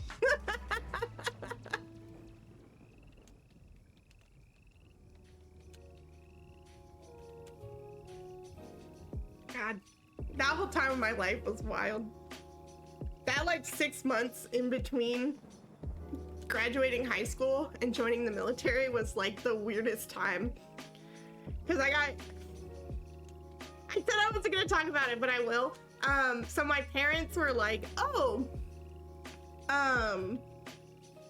we need you to get a job. And so like, I was like, cool. So I was looking for jobs. No one wanted to hire me because I was gonna be gone in 5 months. So no one wants to like train someone that they're immediately gonna have to replace. So I was having a lot of difficulties getting jobs, and this was in the era where like we were just kind of switching to online applications, but all of my parents were like no, the way that you get a job is you go in person and you fill it out in person, and that's how you introduce and no one was doing that anymore. Like no one does that. That's not how it works anymore, Mom. And no matter how many times I tried to tell my parents that that wasn't how it worked, they were like, no, you need to be out there driving to every storefront and introducing yourself and saying, hi, I'm Nitro Rugrat and I want a fucking job. And it just the people I would go to, they'd be like, did you apply online? I'm like, yeah, I know. I fucking know. But my parents were they got so upset that one day they just said, well, if you're not gonna get a job, then move out. And I said, okay. I think they said something different, but it was definitely a or move out. And I don't think they expected me to be so mad that I said, fine, I will. Well, they then took away my phone and I think they took my phone, and they didn't take my car, but I couldn't, they might have taken my car. And my friend came and picked me up. And I lived at her house for 2 months, I think. With her in her room with her, with her parents. And I'll never forget, because her mom was so nice and was so mad at my mom for what had happened. And my mom would call and be like, you're meddling in a situation you don't understand. And my mom was my friend's mom was like, this is your daughter. You told her to leave the house, and she said, yeah. And now you're upset that she's not there? What did you want me to do? Say no and she go live on the streets? What was your plan? What did you want? And so I didn't have a phone, and I think I had my laptop because my laptop was a gift, so they couldn't take that one away. But that was it. I was trying to get a job. I don't think I had my car. I think my friend's mom had to drive me everywhere. And then we had to put down her cell phone number for all the job applications and interview stuff, because they took my cell phone and my car and said I couldn't have it back until I moved back and had a job. They basically said don't come back until you have a job. And I'm like, you took my phone and my car. How am I supposed to get a job without these things? And then I finally got that job at Pizza Hut, and I moved back in with my parents. And a week later, or 2 weeks later, this is the stupidest story. This is actually funny. I can tell the story in Chinese. Because when they were learning Chinese, you had to memorize a story that was your most unforgettable story. So I know the story in Chinese, but my sister was, oh, we're at Scorpion's head again. Hello.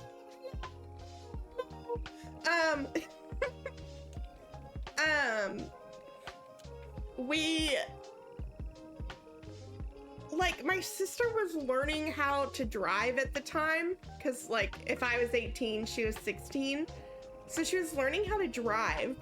And so we were going to get, it was Sunday, we were going to get McDonald's $1 Sundays on Sunday, and the McDonald's was 1 mile down the road. So my sister was like, I want to drive, can I drive us to go get the ice cream? And I was like, ugh, I don't want to die, so I'll drive myself. I was just being sassy for no reason. So she drove my mom's car down to the McDonald's, and I followed so that we could buy the sundaes. And I'll never forget, because when we were leaving, some random dude walked up to my car in the parking lot and tried to sell me something. So it was a weird like just, you know, like a weird event that happened, and if it hadn't happened, it would have changed everything. So I was behind my mom driving back, and my mom was driving this time when we returned. She didn't let my sister drive because my sister was holding all the ice cream sundaes in a hand. So we drive back. The weird guy stops me in the parking lot, and we're going back, and my mom is in front of me, and the road is like a 45-mile-per-hour road, and all of a sudden my mom stops short in the middle of the road, like full slams on her brakes in the middle of the road, and she ooh, fancy. 5-string streak. I know words. So my mom just stops in the middle of the road and like from like 50 to 0 immediately. And I had like this old like 19 like 90s like Volvo. And it did not stop it did not stop on a dime. That thing was not stopping, and I was probably too close. And I rear-ended my mom. I rear-ended her car.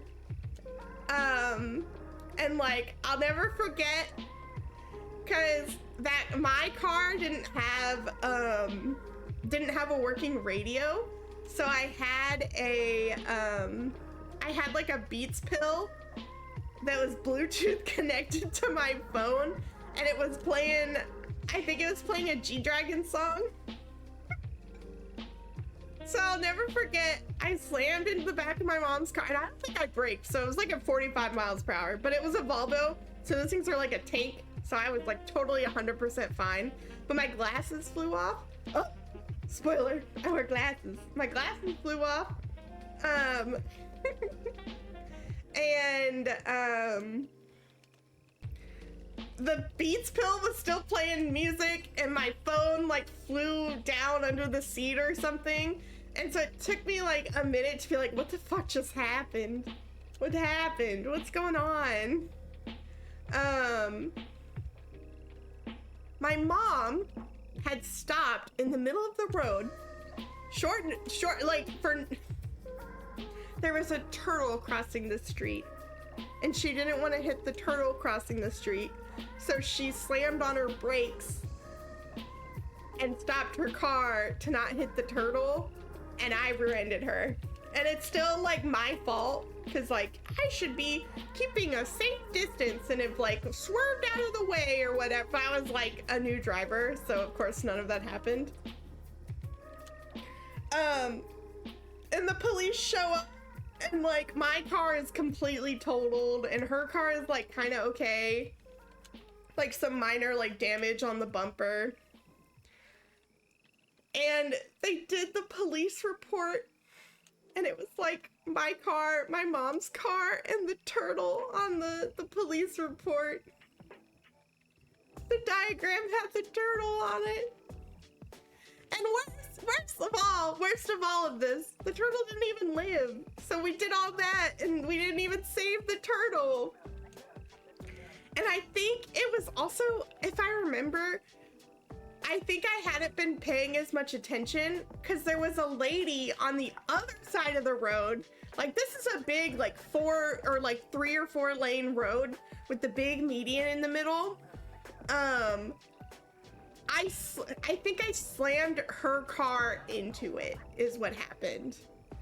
But I think on the other side of the road, there had been a lady helping a turtle across the street. And so I think I had like glanced over and was like, oh, it's a lady helping the turtle across the street, and glanced back. And all of a sudden my mom was slamming on her brakes, and it happened so fast.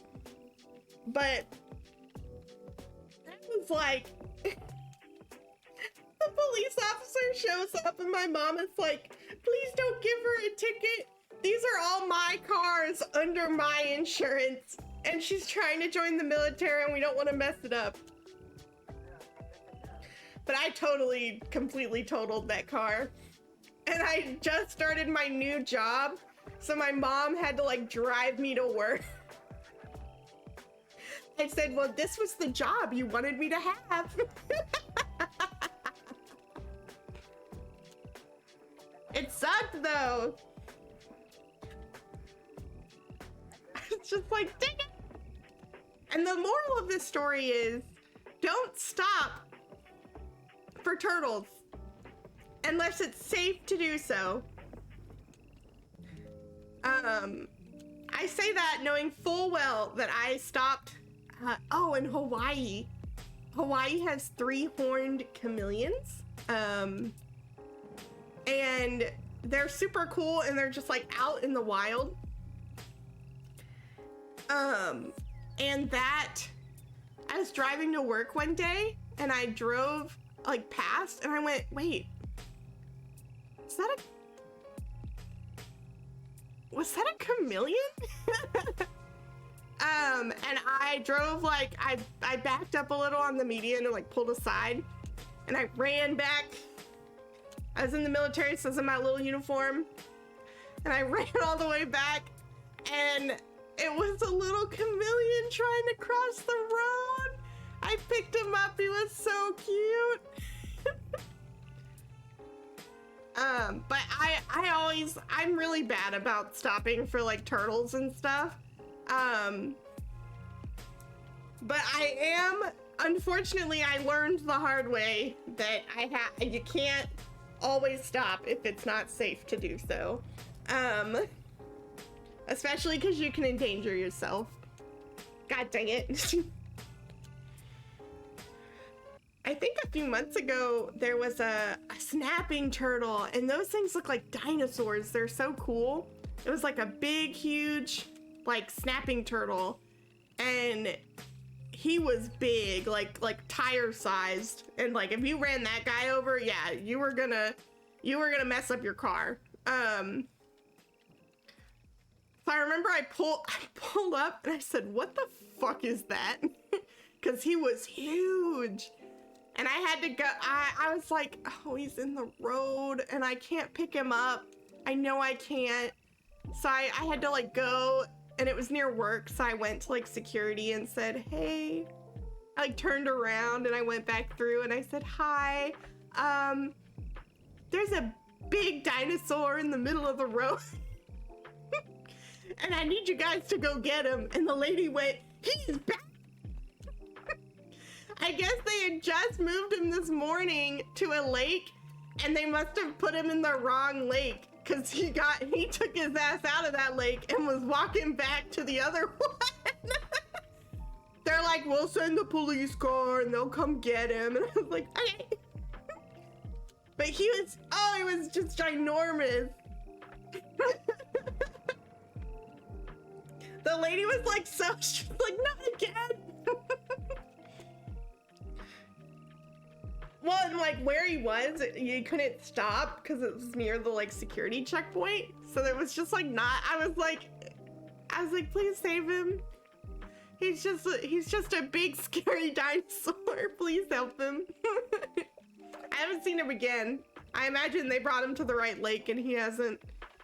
He either went to the river and is free now, or can't be bothered to make the trek again. God, those things are big though. Cause I'm used to like little itty bitty baby turtles.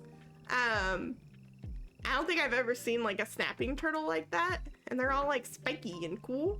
But I was like, if I try to pick this thing up, I'm gonna lose like a finger. Cause they're also like sharp looking on top of like, you know, the snapping part.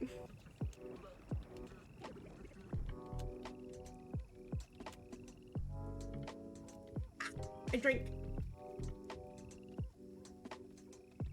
What other creature stories do I have?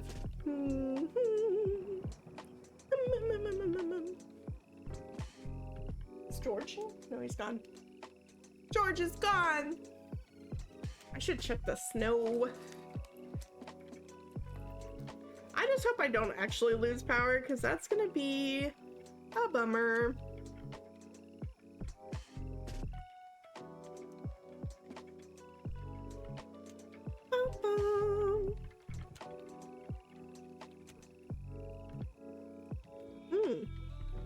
lot of snow.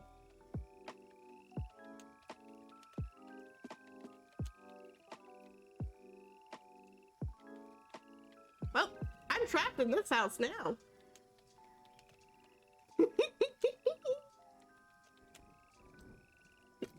And I never left again.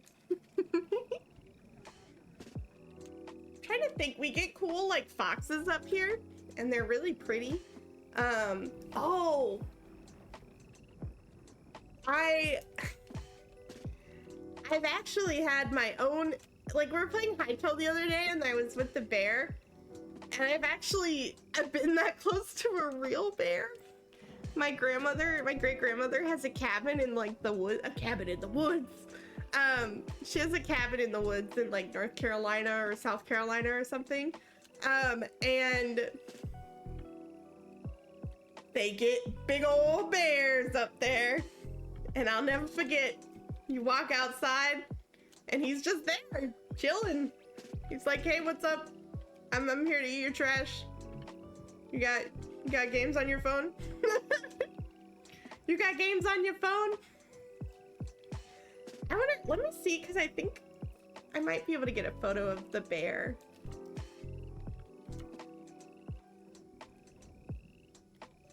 You ever been face to face with a grizzly bear? I don't know if it was a grizzly bear. It was probably just like a normal, like a black bear or a brown bear, but... Oh! I have more bear stories. I had to do a training once in the military. So, I was stationed in Florida, and Florida has the Florida black bear. And they're like cute little guys, but we've taken over a lot of their habitats. And so they come into a lot of like these like suburban neighborhoods a lot, because we're building houses in their homes essentially. And we had a sailor, he's sending videos and he says, look at this cool bear I found. I'm gonna go pet it. And we're like, please don't go pet the bear. And obviously he's joking, but he sends it in the group chat with our leadership. And like that next weekend, they're like, Nitro, we need you to make a training. I had to make a please don't pet the wildlife training the following week to give to 40 grown adults to make sure that they didn't pet the bear. Please do not the bear. I know the alligator cute. Please do not the alligator.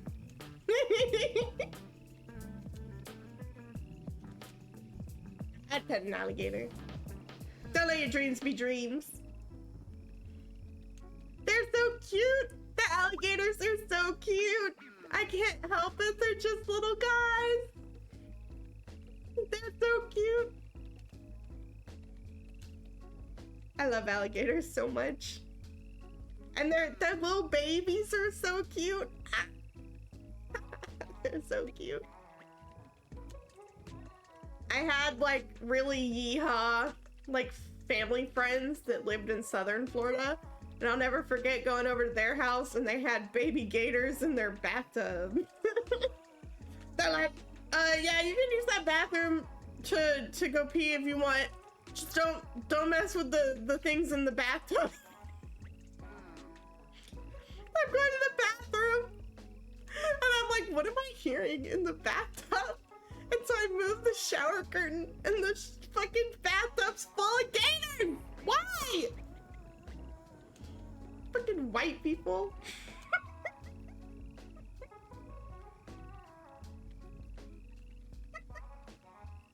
Why do you have a bathtub full of baby gators? They're so cute.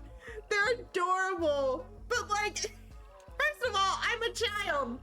Why did you say, yeah, you can go use that bathroom and then let me go into the bathroom full of gators? What? What? Like, don't worry about it. I'm trying to say is it's a miracle I'm alive.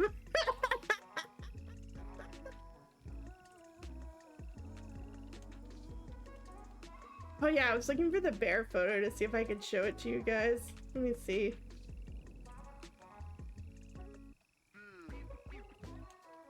No, don't do that.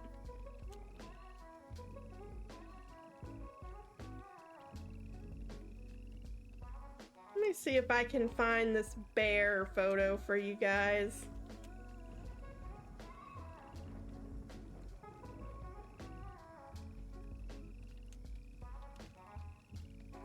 I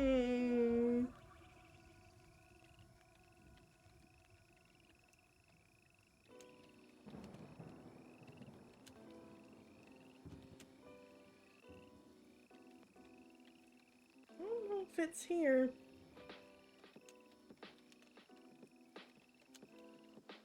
I know who has the photo, but I don't know if they're gonna respond to me messaging them at godawful early in the morning for a photo of a bear. Excuse me, do you have the bear photo?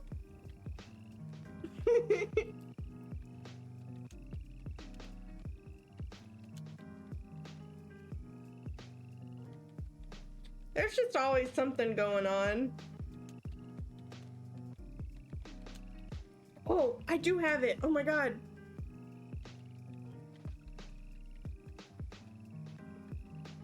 I'll show you guys this bear photo and how close he was.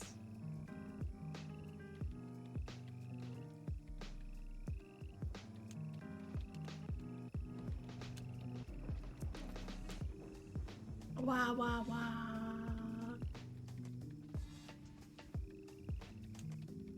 I'll show you how close this bear was.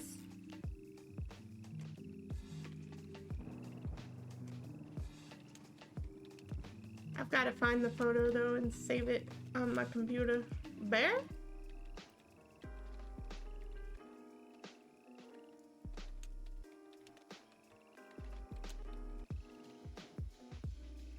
But like, imagine you're just minding your business and you walk outside your front door. Bear. Just a guy. Okay, hopefully this worked. Oh, it's a tiny. Enhance. Enhance. Yeah, this was like we walked out. There. That's an immediate, I guess we're just gonna close the door and stay inside for a bit. That's his trash now.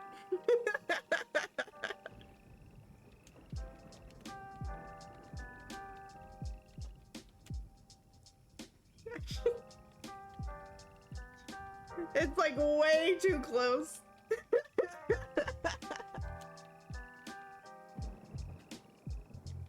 But he's just a cute little guy. He actually looks like he's pissed as fuck. But, you know. But this is what happens when you build your homes and their homes. Now we're sharing this land.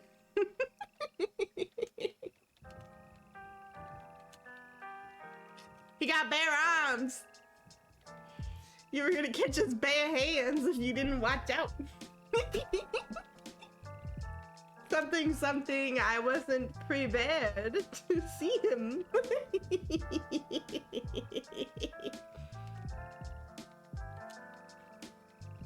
Oh, bud. Bum, bum, bum. It still didn't load my little thing on here. That sucks. What other things do I have to do at 4 a.m.?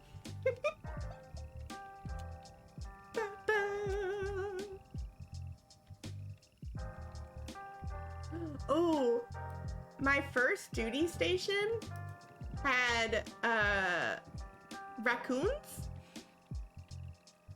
and they were the cutest little guys you had ever dang seen. I'll show you guys photos of the raccoons too. So my first duty station my like training place, they had wild raccoons, and the raccoons were not as wild as they could be. I guess.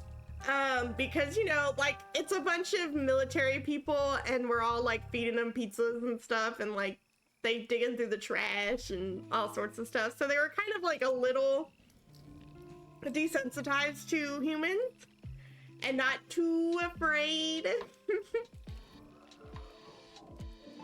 And I had a big test, like the penultimate test for my training the following day. And I was so nervous. We had spent like hours, like my friend and I'd like to search for raccoon. My friend and I had like spent hours in like a Starbucks studying Chinese and like preparing for our big test. And we get back to the barracks and we're like, okay, we're gonna go to bed and then we're gonna be done. And there was Mama Raccoon and her little babies right outside the barracks when we pulled up. My friend goes, I've got goldfish in my car. And you know what? It was over. The barracks!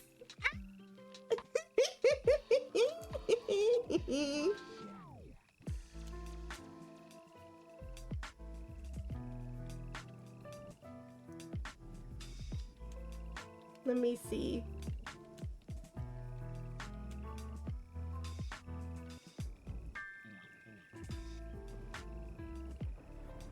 In a way, this is also a bear photo. So in Chinese, the word for raccoon is wash. The word for wash, which is like she, and the word for bear, which is xiong. And so it's a wash bear. I think it's she xiong.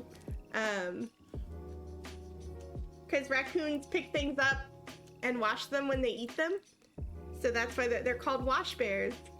Let me make sure I didn't tell you guys the wrong word though. I'm pretty sure that's it. Raccoon.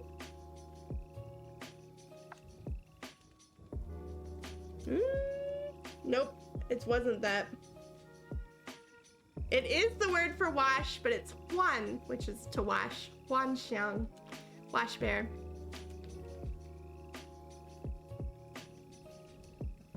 I had like a 50-50 guess on words that mean wash.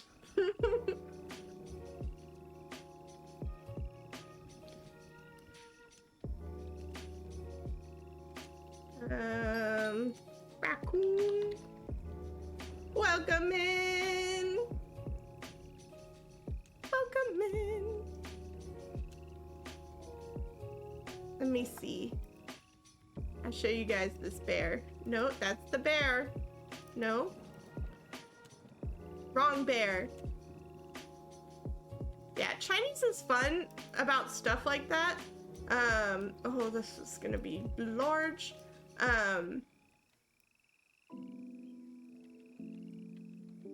Because some things just like make sense. Like the word for volcano is, oh, what did you just do?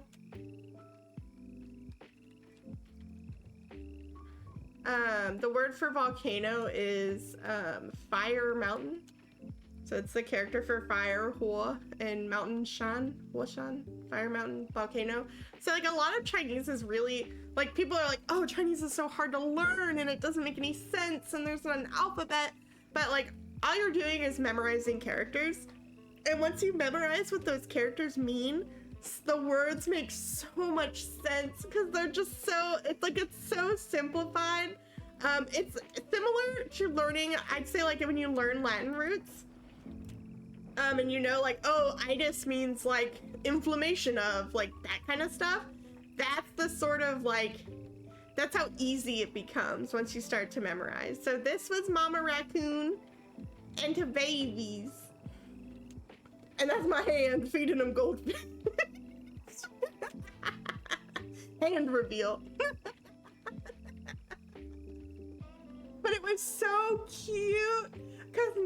came up and she grabbed the little goldfish and she was like, I need to make sure this is okay. And once she made sure it was okay, she like turned to her little babies and was like, go try, it's okay. And like you could see her like urging them to like it's okay. And, so cute. We got in trouble.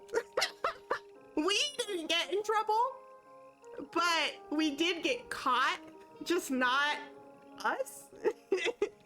Someone reported us to the front desk, essentially, the quarter deck. Someone reported us to security and said, hey, there's like 2 sailors out here and they're feeding goldfish to the wreck. So the next day at formation, they were like, please don't feed the wildlife. We were stressed, okay? And then the 2 days later, me and that same friend were walking to her barracks room to like help pack up her stuff or something because we were about to like move. And there was a raccoon trapped in the dumpster. And so me and that same friend,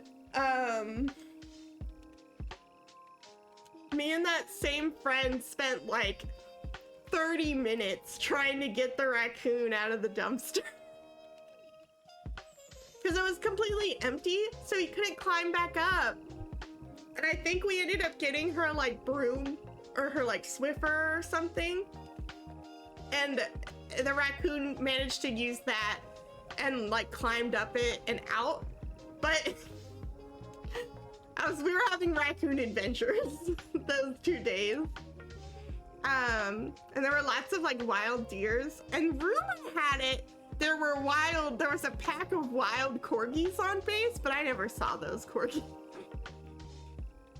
They were on the part of base that I never went to, so I don't know how true that one was. And also I was like, a pack of wild corgis? Like, what do you mean? The wild corgis. Corgis are so cute. Their butts float. I love corgis.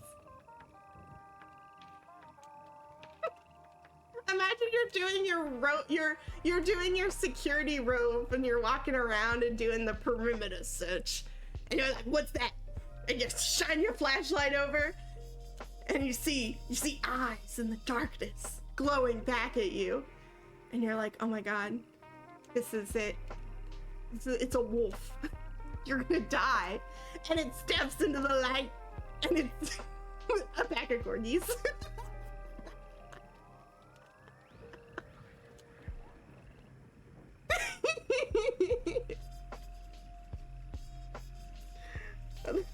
They talked about them like they were like a mafia, like a gang of wild corgis. Like, one of the corgis aren't gonna hurt anyone.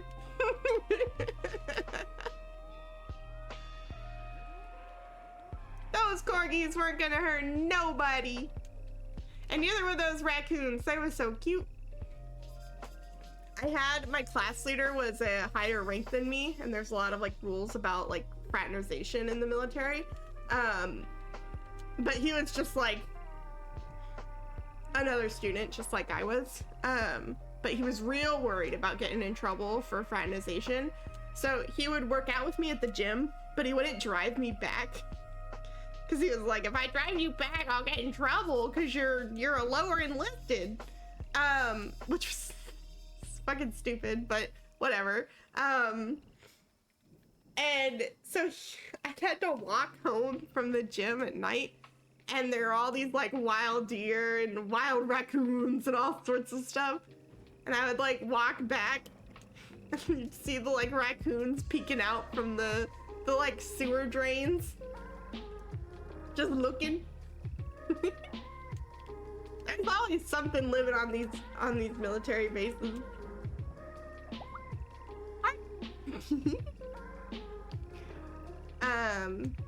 Because Because I think in like Hawaii there were like peacocks. Ah!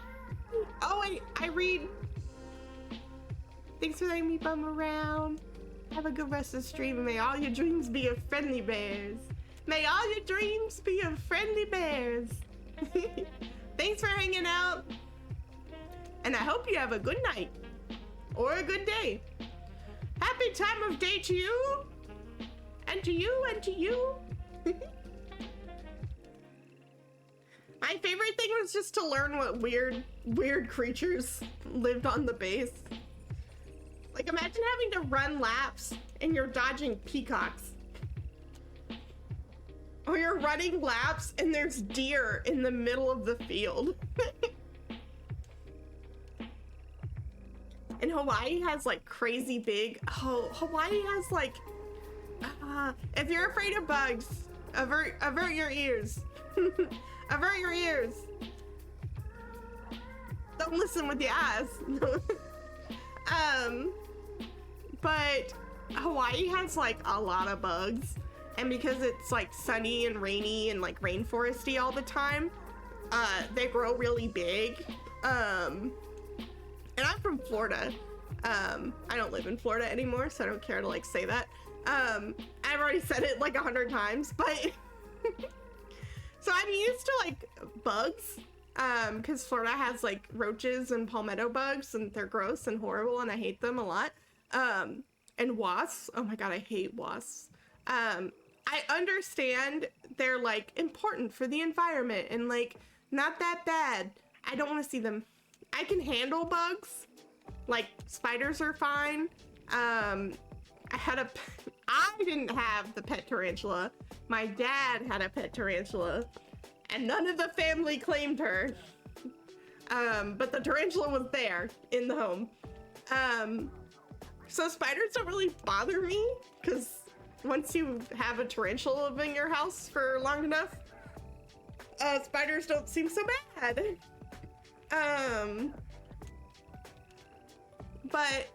And I also have lived like alone my entire life after I like moved out from my parents' house.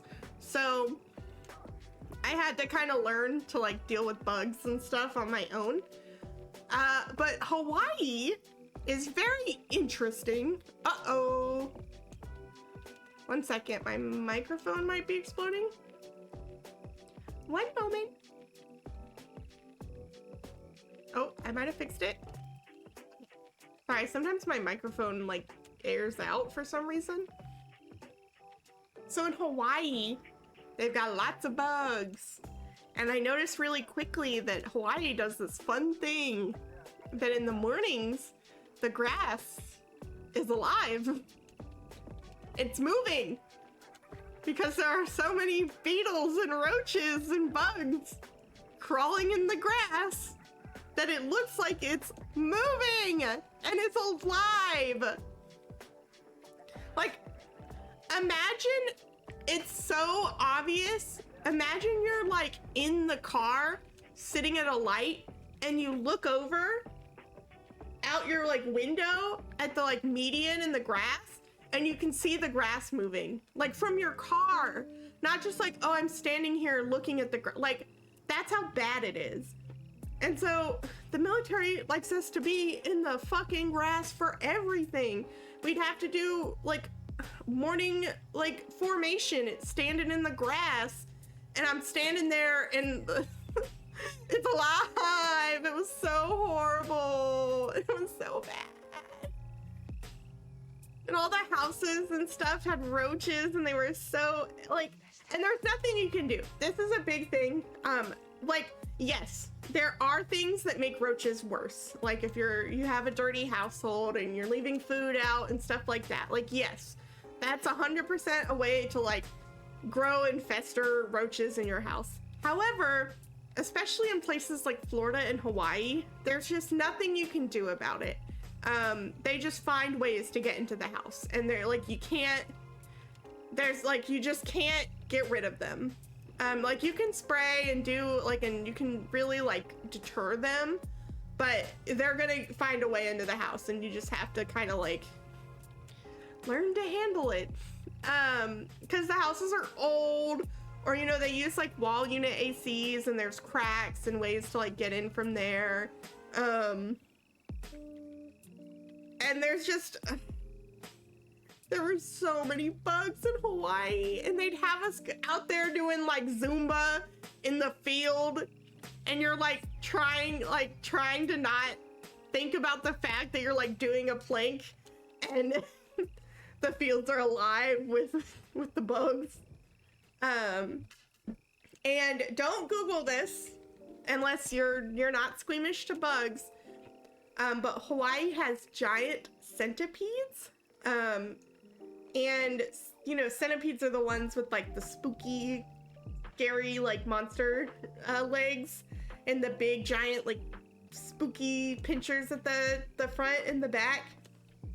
I think they're only at the front. I think the back is like weird little antenna things. In Hawaii, they are huge. Oh yeah, you get it. Hawaii is like sea stepbrother, basically. But the centipedes were like huge, and I remember we got there and they were like, hey, if this thing bites you, you're going to the hospital. Like it's that painful. And I'm like, oh, that's horrible. And they can be like ginormous, like the size of your forearm, or like itty bitty baby tiny, but they're like they like to get into your like boots and like all sorts of stuff. Oh, they're so spooky. But I'll never forget like having to like, I was house sitting someone and they're like, yeah, so if you see, sometimes the centipedes come in and they have like, see how in my Gogh room, I have this, oh, how do I move again? I have this, like the wall unit. They had one of those and they said, hey, so sometimes, and they had like, so they had the wall unit and then they had the couch right under it. They said, hey, sometimes the centipedes come in through the AC and they'll just fall from it. So, like, don't be surprised if that happens. Here's what you do. What? What do you mean? Don't be surprised if a centipede falls from the AC unit? Excuse me? What? So the boot thing, they're like, yeah, and make sure like you check your boots before you like put them on and all sorts of stuff. They're like, so yeah, if you see the centipede, so he's gonna crawl on the ground, go grab one of our boots and put it on the centipede to keep it from moving, because you can't just like step on it. Oh no. If you step on the centipede, it releases pheromones that call other centipedes to it. What is that difference? In what evolution is that makes sense? Oh yeah, I got fucking killed here. Everyone roll up. Like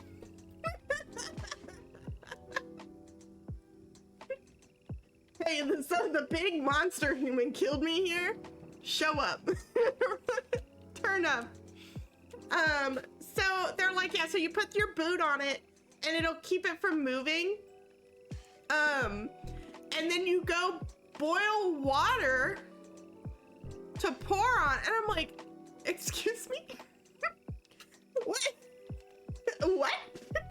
They're like, yeah, or you can use like a kitchen knife to kill it, but they're really like tough. And I'm like, what is this like grounded like game? Am I like what, am I gonna have to learn like a parry like monster? Like what? Is this Elden Ring? Like is the boss music gonna start and I have to like start dodge rolling? Like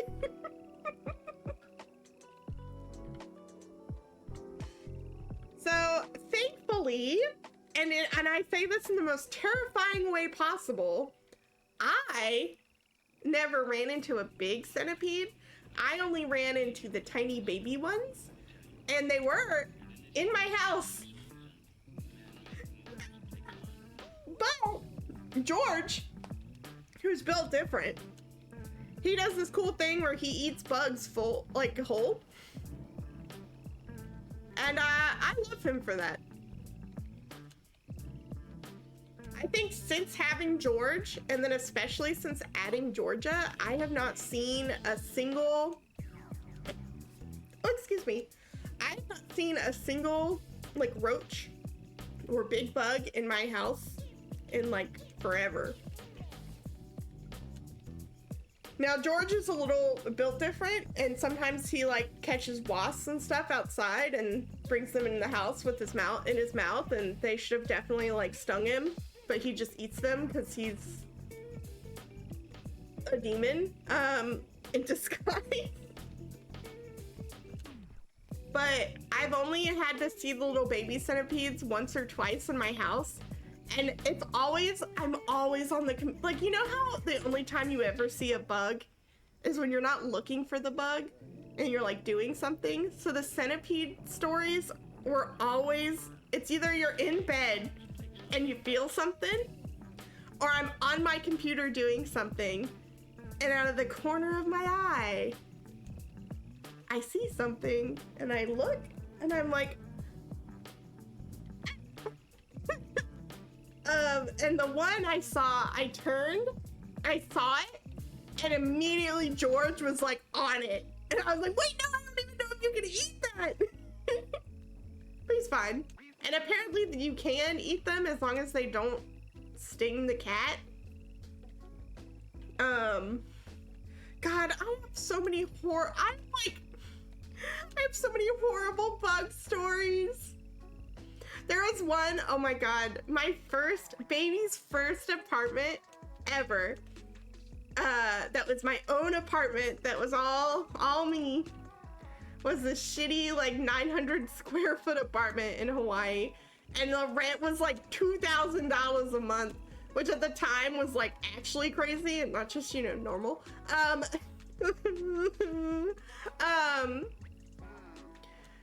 And never forget, I saw a big, huge roach, and it was in on the oven, and I watched it crawl into the oven, and I turned the stove, like I turned the oven on, and I ran outside and locked myself out of my house because the door auto locked. And for some, I don't know what happened. Something happened in the middle where I was holding George, and I like saw the bug, freaked out, picked up George, ran outside, and George was outside and we're locked out, and I'm like, I can't get back into my house. There's a roach in my oven that's on, and I have George out here for some reason. I tried to get out, and I like grabbed him and the door closed on top of like the horrible roach thing. I'm unlucky. I had to call my friend so my friend could come, who had the spare key, to get me in, and I had George in my car because I happened to keep the trunk unlocked in my car. And so I remember I took George down to my car, opened the trunk, and put him in the car for my friend to show up. It was huge. I don't think you understand how big this thing was. It was like a soda can sized roach. You would flee too. That's that roach's house now. You live there. Goodbye. Fucking, they're so spooky. I've gotten a little better about it, especially because I had to like live by myself. So I had to get kind of used to like, no one's gonna kill this roach but you. But I hate it. I hate roaches. They're so big and gross. I want to be like, yeah, I love bugs, because I do love bugs. But some bugs, I would love for them to not be near me. They can do them, nowhere near me, please. Roaches are really neat as a concept, but not in practice.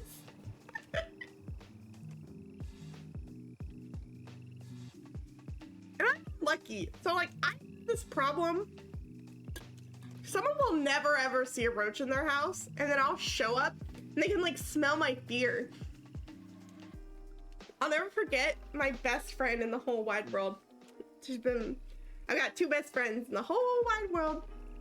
I've been friends with for like almost 20 years of my life now. And it was my first time ever visiting my one friend's house. And I was changing into like my pajamas in her bathroom.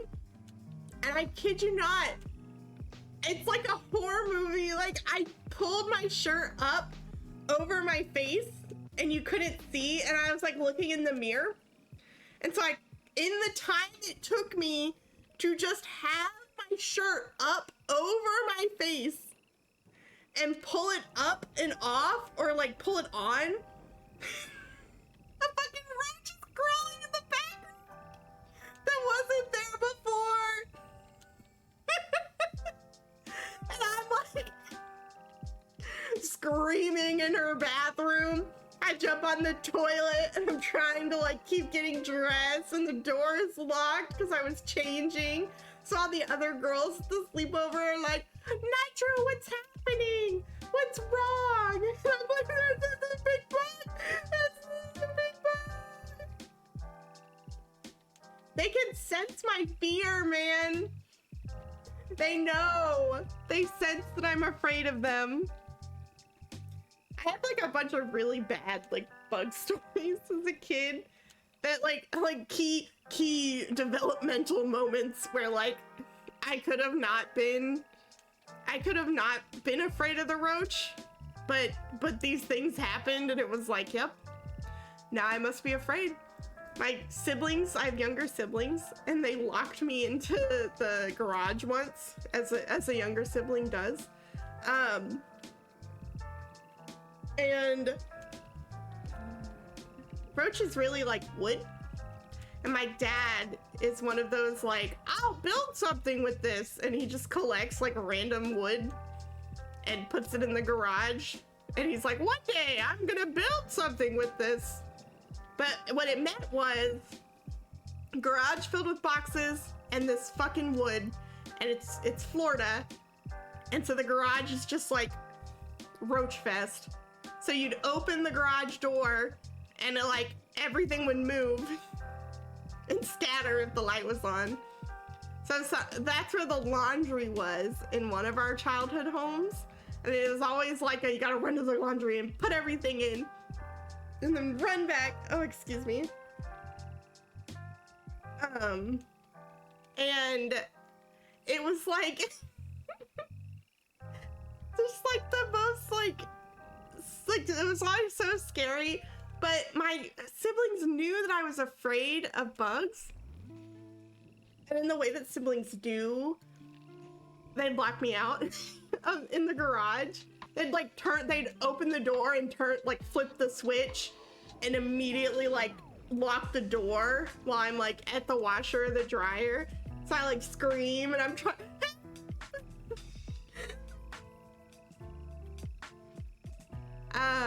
And my dad we lived with my uncle once because the hurricane came and destroyed our house. The hurricane came and destroyed our house. More fun facts with Nitro. We were living with my uncle after that happened, and he had like a fake plastic, like a prank roach. And so they always would like mess around with this like fake roach where, they'd like put it somewhere, and it was like this big joke to have the like fake roach end up somewhere. And it was Christmas Day. Christmas Day. I was a child, and this was Christmas Day. My dad walks up to me and goes, up to me and my brother and goes, who wants to hold this bug in their hand? This roach. And in my head, I'm like, this is the fake roach. So I'm like, I'll hold it in my hand. So I reach my hand out, all bold and brave, because I'm thinking my dad has the plastic roach and he's gonna put it in my hand and we're gonna freak my brother out.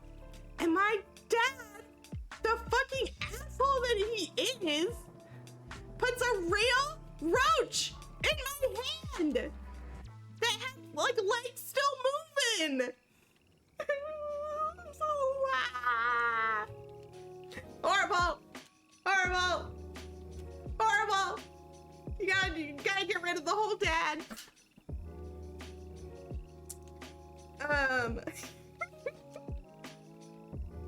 And my dad was a firefighter, which means that he's a grown adult who acts like a child, because that's how firefighters are.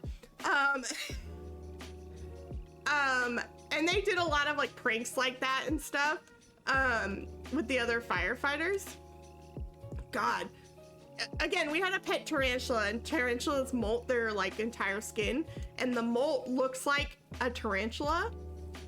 My dad would bring that shit to work to like set it up places to scare people. So that's the type of like pranks that my dad's pulling at the fire station. So like I remember there was a time in my junior year where like my parents didn't get divorced, but they lived separately. And I stayed with my dad because I needed to like finish my high school. And there were times where I was alone because my dad was a firefighter. So he'd go to work and he'd leave me alone. And this was like a different time, I guess, because I think nowadays he'd probably get like arrested for leaving me alone for like over 24 hours. I don't know. I was like 17. It was fine. And I was boring. So like, I wasn't throwing any red bodies or anything. I was like, Dad, I'll be on RuneScape. And so I think at that age I was on Gaia Online, actually. My dad wished that I would drink underage. Instead, I was like, which Nitro Rugrat does not support breaking the law. But my dad would always be like, did you drink while I was gone? And be like, no, Dad. Dad, you know I just sat in my room and watched anime and played Destiny on the Xbox. Or, I don't think Destiny was even out then. I would play Resident Evil 5 on the Xbox 360. I 100%ed that game.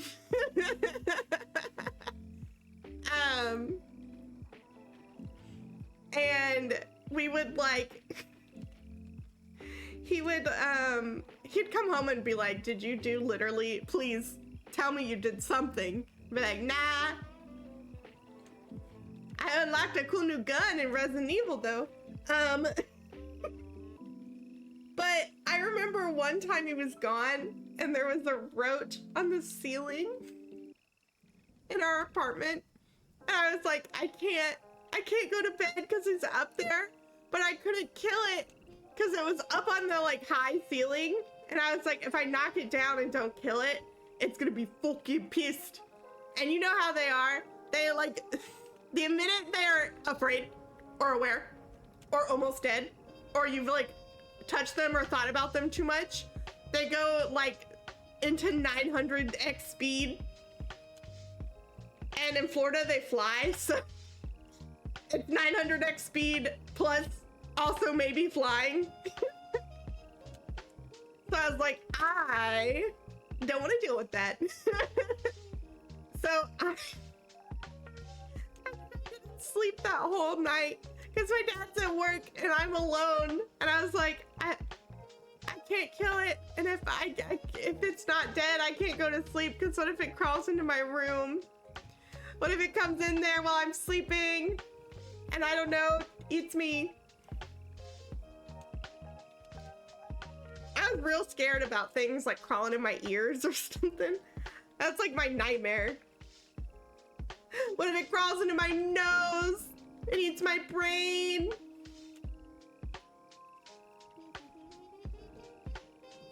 They're so scary. I think that was during the summer. I think I had, what was going on? I think I had band camp the next day. So my ass, no sleep, going to band camp. And they're like, why didn't you sleep, Nitro? And I'm like, there was a roach. He was gonna kill me.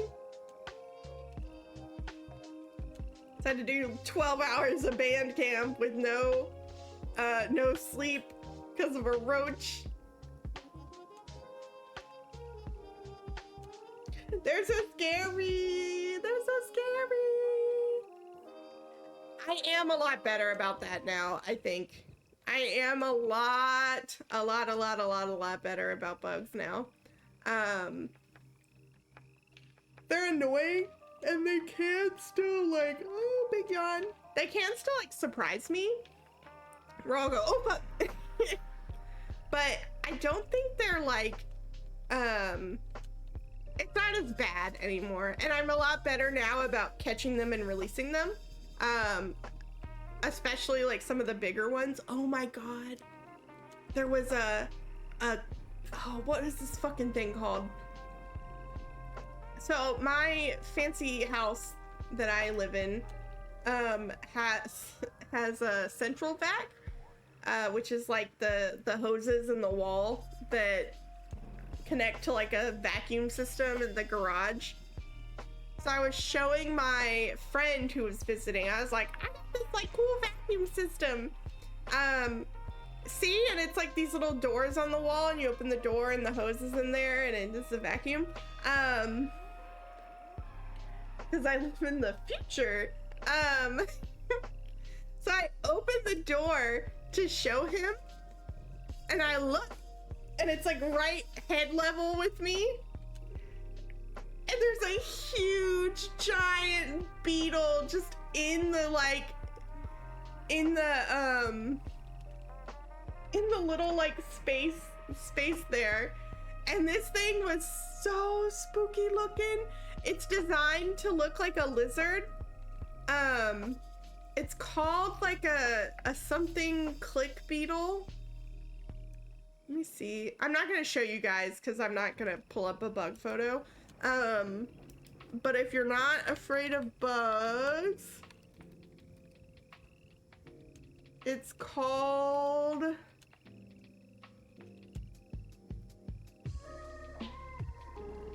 What is this thing called? An eyed click beetle. Like eyeball, eyed click beetle. So it's got like big, huge eyeballs on him. And it looks like a lizard, yeah. And so the thing is huge. It's dead, thankfully. But a few months ago, I remember George playing with something and it looked like a dead lizard and I couldn't figure it out because it kept like clicking. And I was like, is it like some like dead lizard that he like brought into the house and it's like dying and so it's making like weird sounds? And it kept like hopping and jumping and I couldn't like figure it out.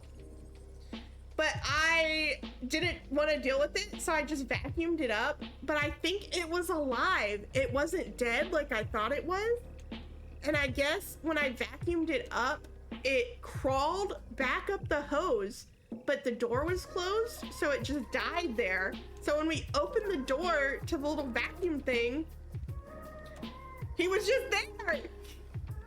And clicking sound is apparently they're you know those like the little dome plastic things and you can like flip it inside out and then it'll pop and then it like pops up and then you catch it or you pick it back up and you can flip it again and it'll pop.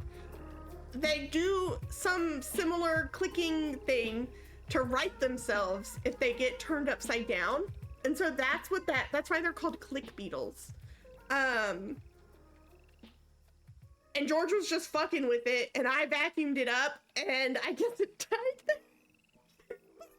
So shocked. Because I opened up the thing and didn't look when I opened it because I looked back at my friend and he was like, I turned and I was like, oh shit. Walked over and he turned the, he flipped the little switch for the vacuum and it like sucked it up and we both screamed.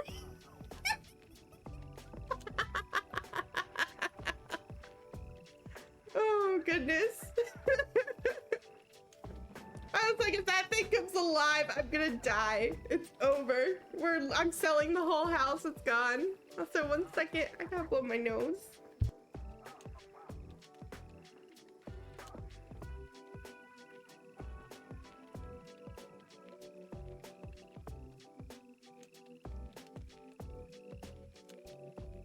I've been getting like nosebleeds because it's cold out and I'm prone to nosebleeds anyways. I'm like constantly stressed that my nose is bleeding. It's like a real bummer to ruin a shirt because your fucking face just starts leaking for no reason. Let this be a warning. If you're stressed out, do something about it. Constructive, please. Like, I'm not being like, you should try yoga, but like find what helps you de-stress and please do it. And relax. Because stress can harm your body. But yeah, I do get it because it's a mix. I get both dry air, cold nosebleeds, and then also if I'm too stressed out, I'll get nosebleeds. And so a mix of both means that I'm out here just suffering constantly. I'm not really suffering because it doesn't hurt or anything. It's just annoying. You're like, yes, great. It looks like I've caused a crime scene. Wonderful. I love when this happens. God, I'm looking at these creepy little fuckers. They're so spooky. Ooh. And also, lantern flies are really big now in the places that I've been, the place that I live now. And those things are fucking annoying. They're everywhere and they're kind of like cute at least, but they're so bad for the environment and they are everywhere and they start to get like tracked in everywhere on everyone's shoes and they're like, they're just everywhere. When I lived in Florida, Florida gets love bugs and it's like that, but love bugs are at least like tiny. But imagine the amount of love bugs swarming if you've ever been somewhere that has love bugs, which I think is just Florida. But with a bug that's like actually big. And they're equally as harmless. Like love bugs don't do anything. But lantern flies are like, yeah, they swarm trees and they're bad for the trees. And I think they cause like decay or something on the trees, but they found out that bats eat them, I think. And so bats are really good counters to lantern flies. Bats also eat mosquitoes, which is why in Florida there's a lot of bats to counter the mosquito population. Because bats are just cool. Fun facts with Nitro.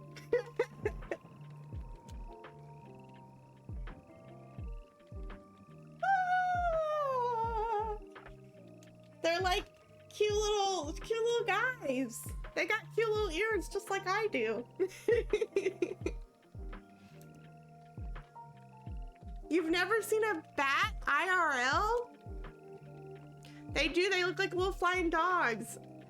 And some of them, no, I'm not gonna say it. I was gonna say they've all got, some of them, nope, I'm not gonna say it. I'm not gonna say it. You'll never know. You'll never know what I'm gonna say. You're never gonna know what I was gonna say. Some of them can be huge, like really big. Yeah. Siggy, you've probably seen a bat and not even realized it, because there are a lot of them, and they just fly around at night, and they kind of sometimes look like birds, but they're bats. They're really cool. Oh God, it was right when COVID started.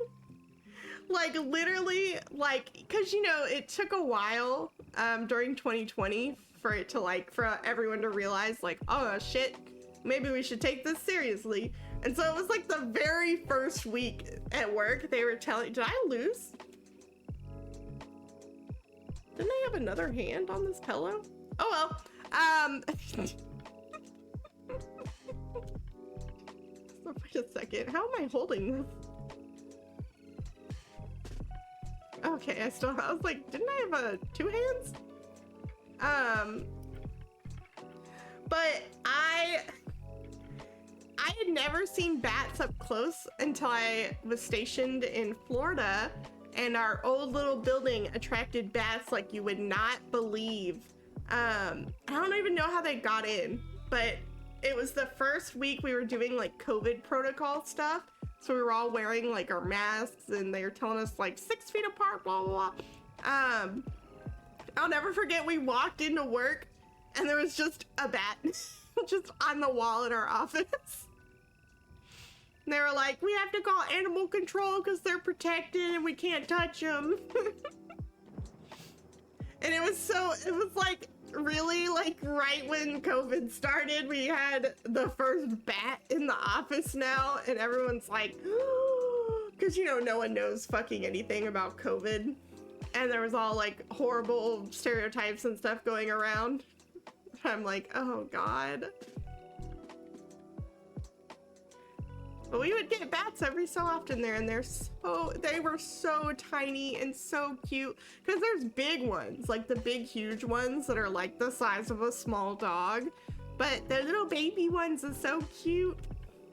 They're so tiny and little babies. They're like little mice, like you said, like little hamsters. They're so cute. They're so cute.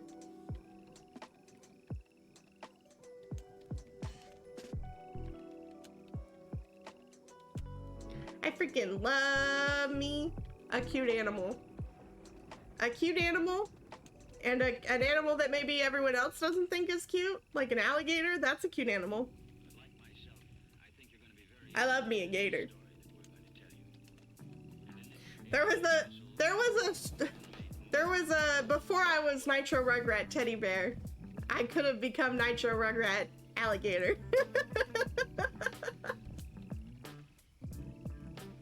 But I wanted to be a teddy bear.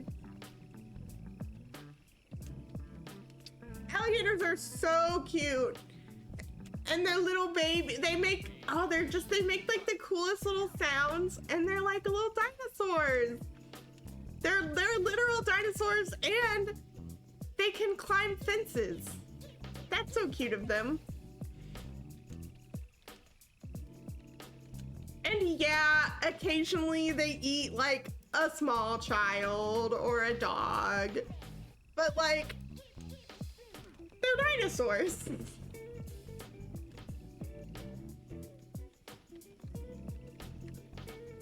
And they had the big stompy feet. They just stomp around. I love gators. And besides, if they try to get you, you just don't let them death roll you, and you just close their mouths and they can't open them. They're very silly. Crocodiles aren't as cute because their snouts are a lot more narrow, and I think it makes them look a little more spooky. But crocodiles have the wider mouth, and I think it makes them cute.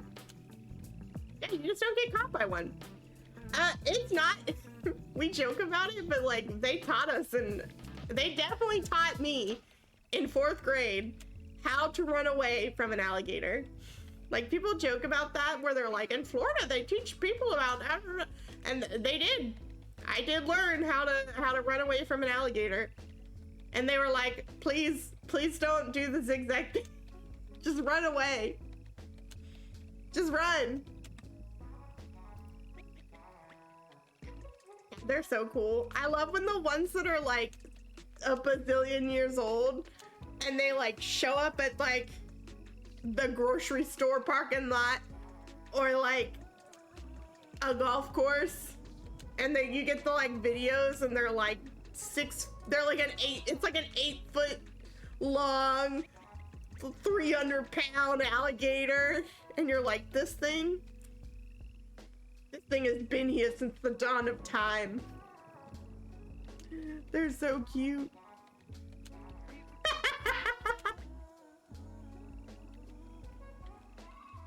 The gator watching you zigzag as you run away. Like, what the fuck is this person doing?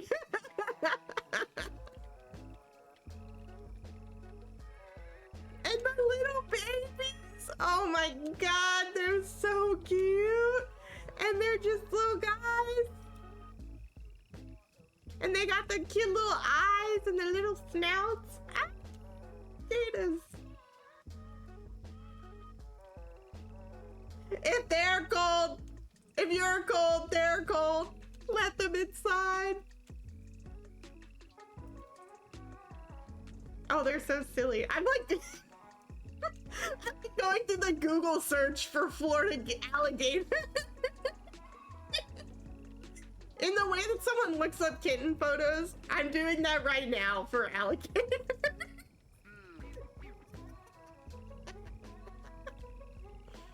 I'm also this way about like fish and like whales and sharks. I think whales and sharks are so cool. That was another one before I was Nitro Rugrat Teddy Bear. I wanted to be Nitro Rugrat, possibly like killer whale or shark. But oh, big yawn. I'm happy where I landed, for sure. Cause I'm so cute. But I absolutely love like the ocean, and I love fishes, and would you believe I joined the Navy because I like the ocean? But I just love whales and stuff. I just think they're so cute. Taking me to like an aquarium is like, it's like having to deal with like a small child. You're like, I'll stop and I'm like, wow, wow, wow. And I like stop and I stare at every single like aquarium that I come across, and I'm just like, look how cool these guys are. That's a shark. And I do feel bad. Oh God, I feel bad, especially for the big ones. And like certain aquariums do such a poor job giving space for like their sharks and stuff. But goddamn, do I love seeing those cool guys. I've swam with sharks before in the actual ocean. I just think they're so cool. I am like the whatever is, I'm the exact opposite of afraid of the ocean. Like, I am like, you drop me off the boat and you tell me, hey, it's like 7,000 feet deep. I'm like, cool. Awesome. I'm chilling. Like, I like the waves. I like all the cool fish and all the stuff. I love it. I love it. I love it. I love it. I love it. I understand being afraid of the ocean. I have things that like I'm afraid of that I think are like I'm sure other people are like, that's no big deal. But I just love the ocean. I'm that person where you put me in the pool and you're not gonna get me out of that pool for like 12 hours. I played mermaids as a kid where I would like pretend to be the mermaid, and I'm the mermaid princess and I'm like Ariel and we're gonna swim around in the pool for 12 hours pretending to be mermaids. I love that stuff. I also, so the other issue is I've definitely been like stung by jellyfish, and I'll be like, wow, that hurt. What do we think that is? I think I was in the ocean with my aunt when I got stung by jellyfish last. We're like swimming around. She goes, ow! I go, what happened? She goes, I don't know. It just hurt for a second. And then I go, ow! We're like going, ow! Ow! And we're trying to figure out what it is. And then suddenly we're like, oh!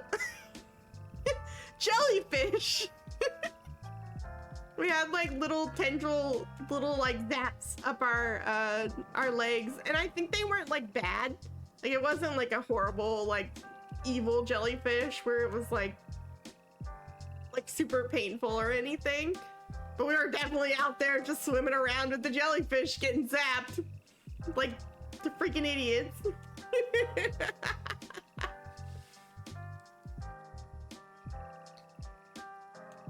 But I just think the ocean is so cool. Yeah.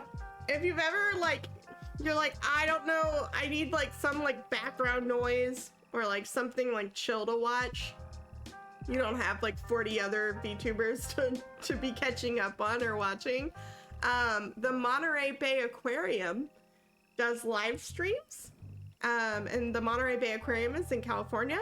And they are a beautiful aquarium, and they do live streams, and they've got like their DVR on, so you can like go back and like watch. You can go back and like rewind from when they're open, because normally I pull it up while they're closed and so everything's dark, but oh, it's so cool. Oh yeah, it's really expensive. I had a membership there. And once the membership expired, they never stopped reaching out to me. I think only in like the past like year or two did I finally get them. I was like, hey, it's been like over 10 years. Can you stop trying to get me to renew my membership? But they've got really cool live streams where they live stream their like they have a simulated kelp forest. Where they've made a big, huge, it's like a 3-story tall aquarium, and it's got a special like little pump in it that simulates the ocean waves to like simulate how the kelp like needs like that movement to survive in the ocean, and so like the fish feel like they're in the ocean, and it's so cool. And it's like a beautiful huge tank, and they've got that one on, they've got a cam for that one, and they've got a camera for their birds, their bird displays, and then they've got one for their jellyfish, and then their deep sea exhibit also has one, and it's always playing like lo-fi aquarium music to watch fish do or whatever. So I cannot recommend their streams enough. And they do a lot for like the ocean and conservation and stuff. They're really cool. They're really cool. I love going to aquariums. That's like my favorite thing to do when I visit places, is to go to an aquarium. Even though sometimes they make me sick. Some aquariums are better than others. And a lot of them do a lot of really cool stuff to like help with like marine biology and like conservation, but some are not as great. Oh, that reminded me of the anime I watched. If you've never watched, it's like the Aquatope on White Sand or something. The anime is great, and it's about 2 girls that work at an aquarium, and I 100% recommend that one. It's so cute. Ah! Freaking love. I love me some fish.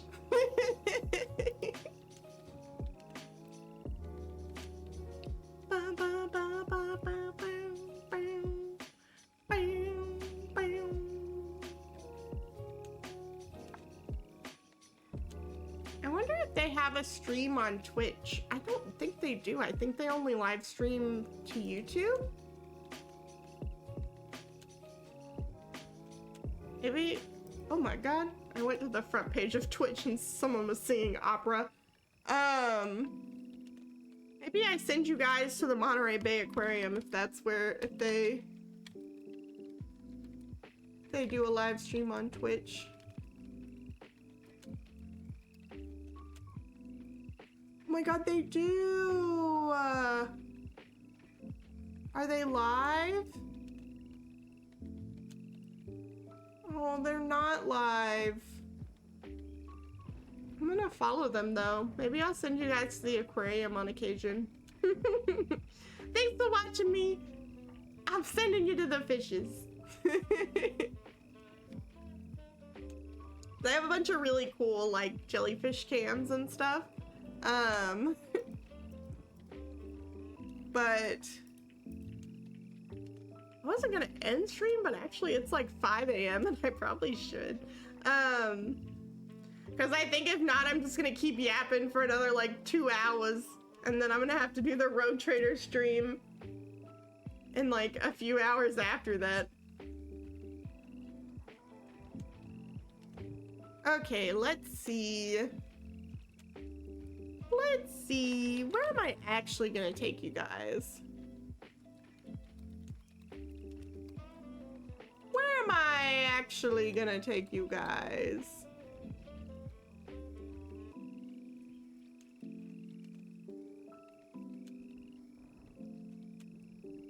I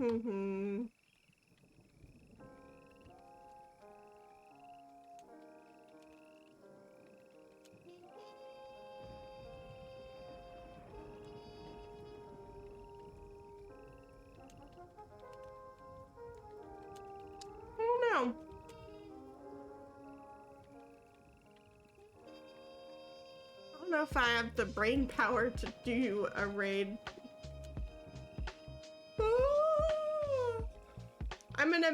You guys are gonna have to manually raid yourselves into the Monterey Bay Aquarium on YouTube.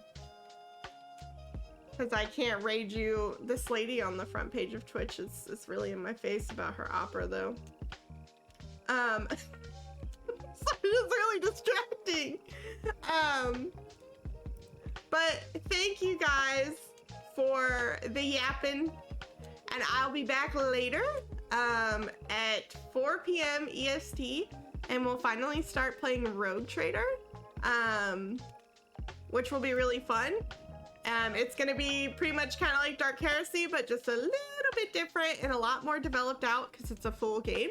And I was going to make, okay, I'm gonna snooze this ad because I'm about to end. I was going to make, Marie, who is my character that I play in Dark Heresy. But I think with Dark Heresy coming out, I'd like to make her when that game actually comes out with you guys. And so instead, in Road Trader, I'll just make me, and we'll just see what happens. And hopefully we won't fall to heresy, but who knows? Anything can happen with Nitro Rugrat.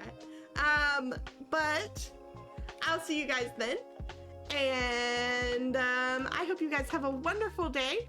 And if you're in the area where you're getting Snowmageddon, please stay warm and stay safe and make good choices. And if you're anywhere else, please stay safe and make good choices. Also, please, I swear to God, make good choices or else.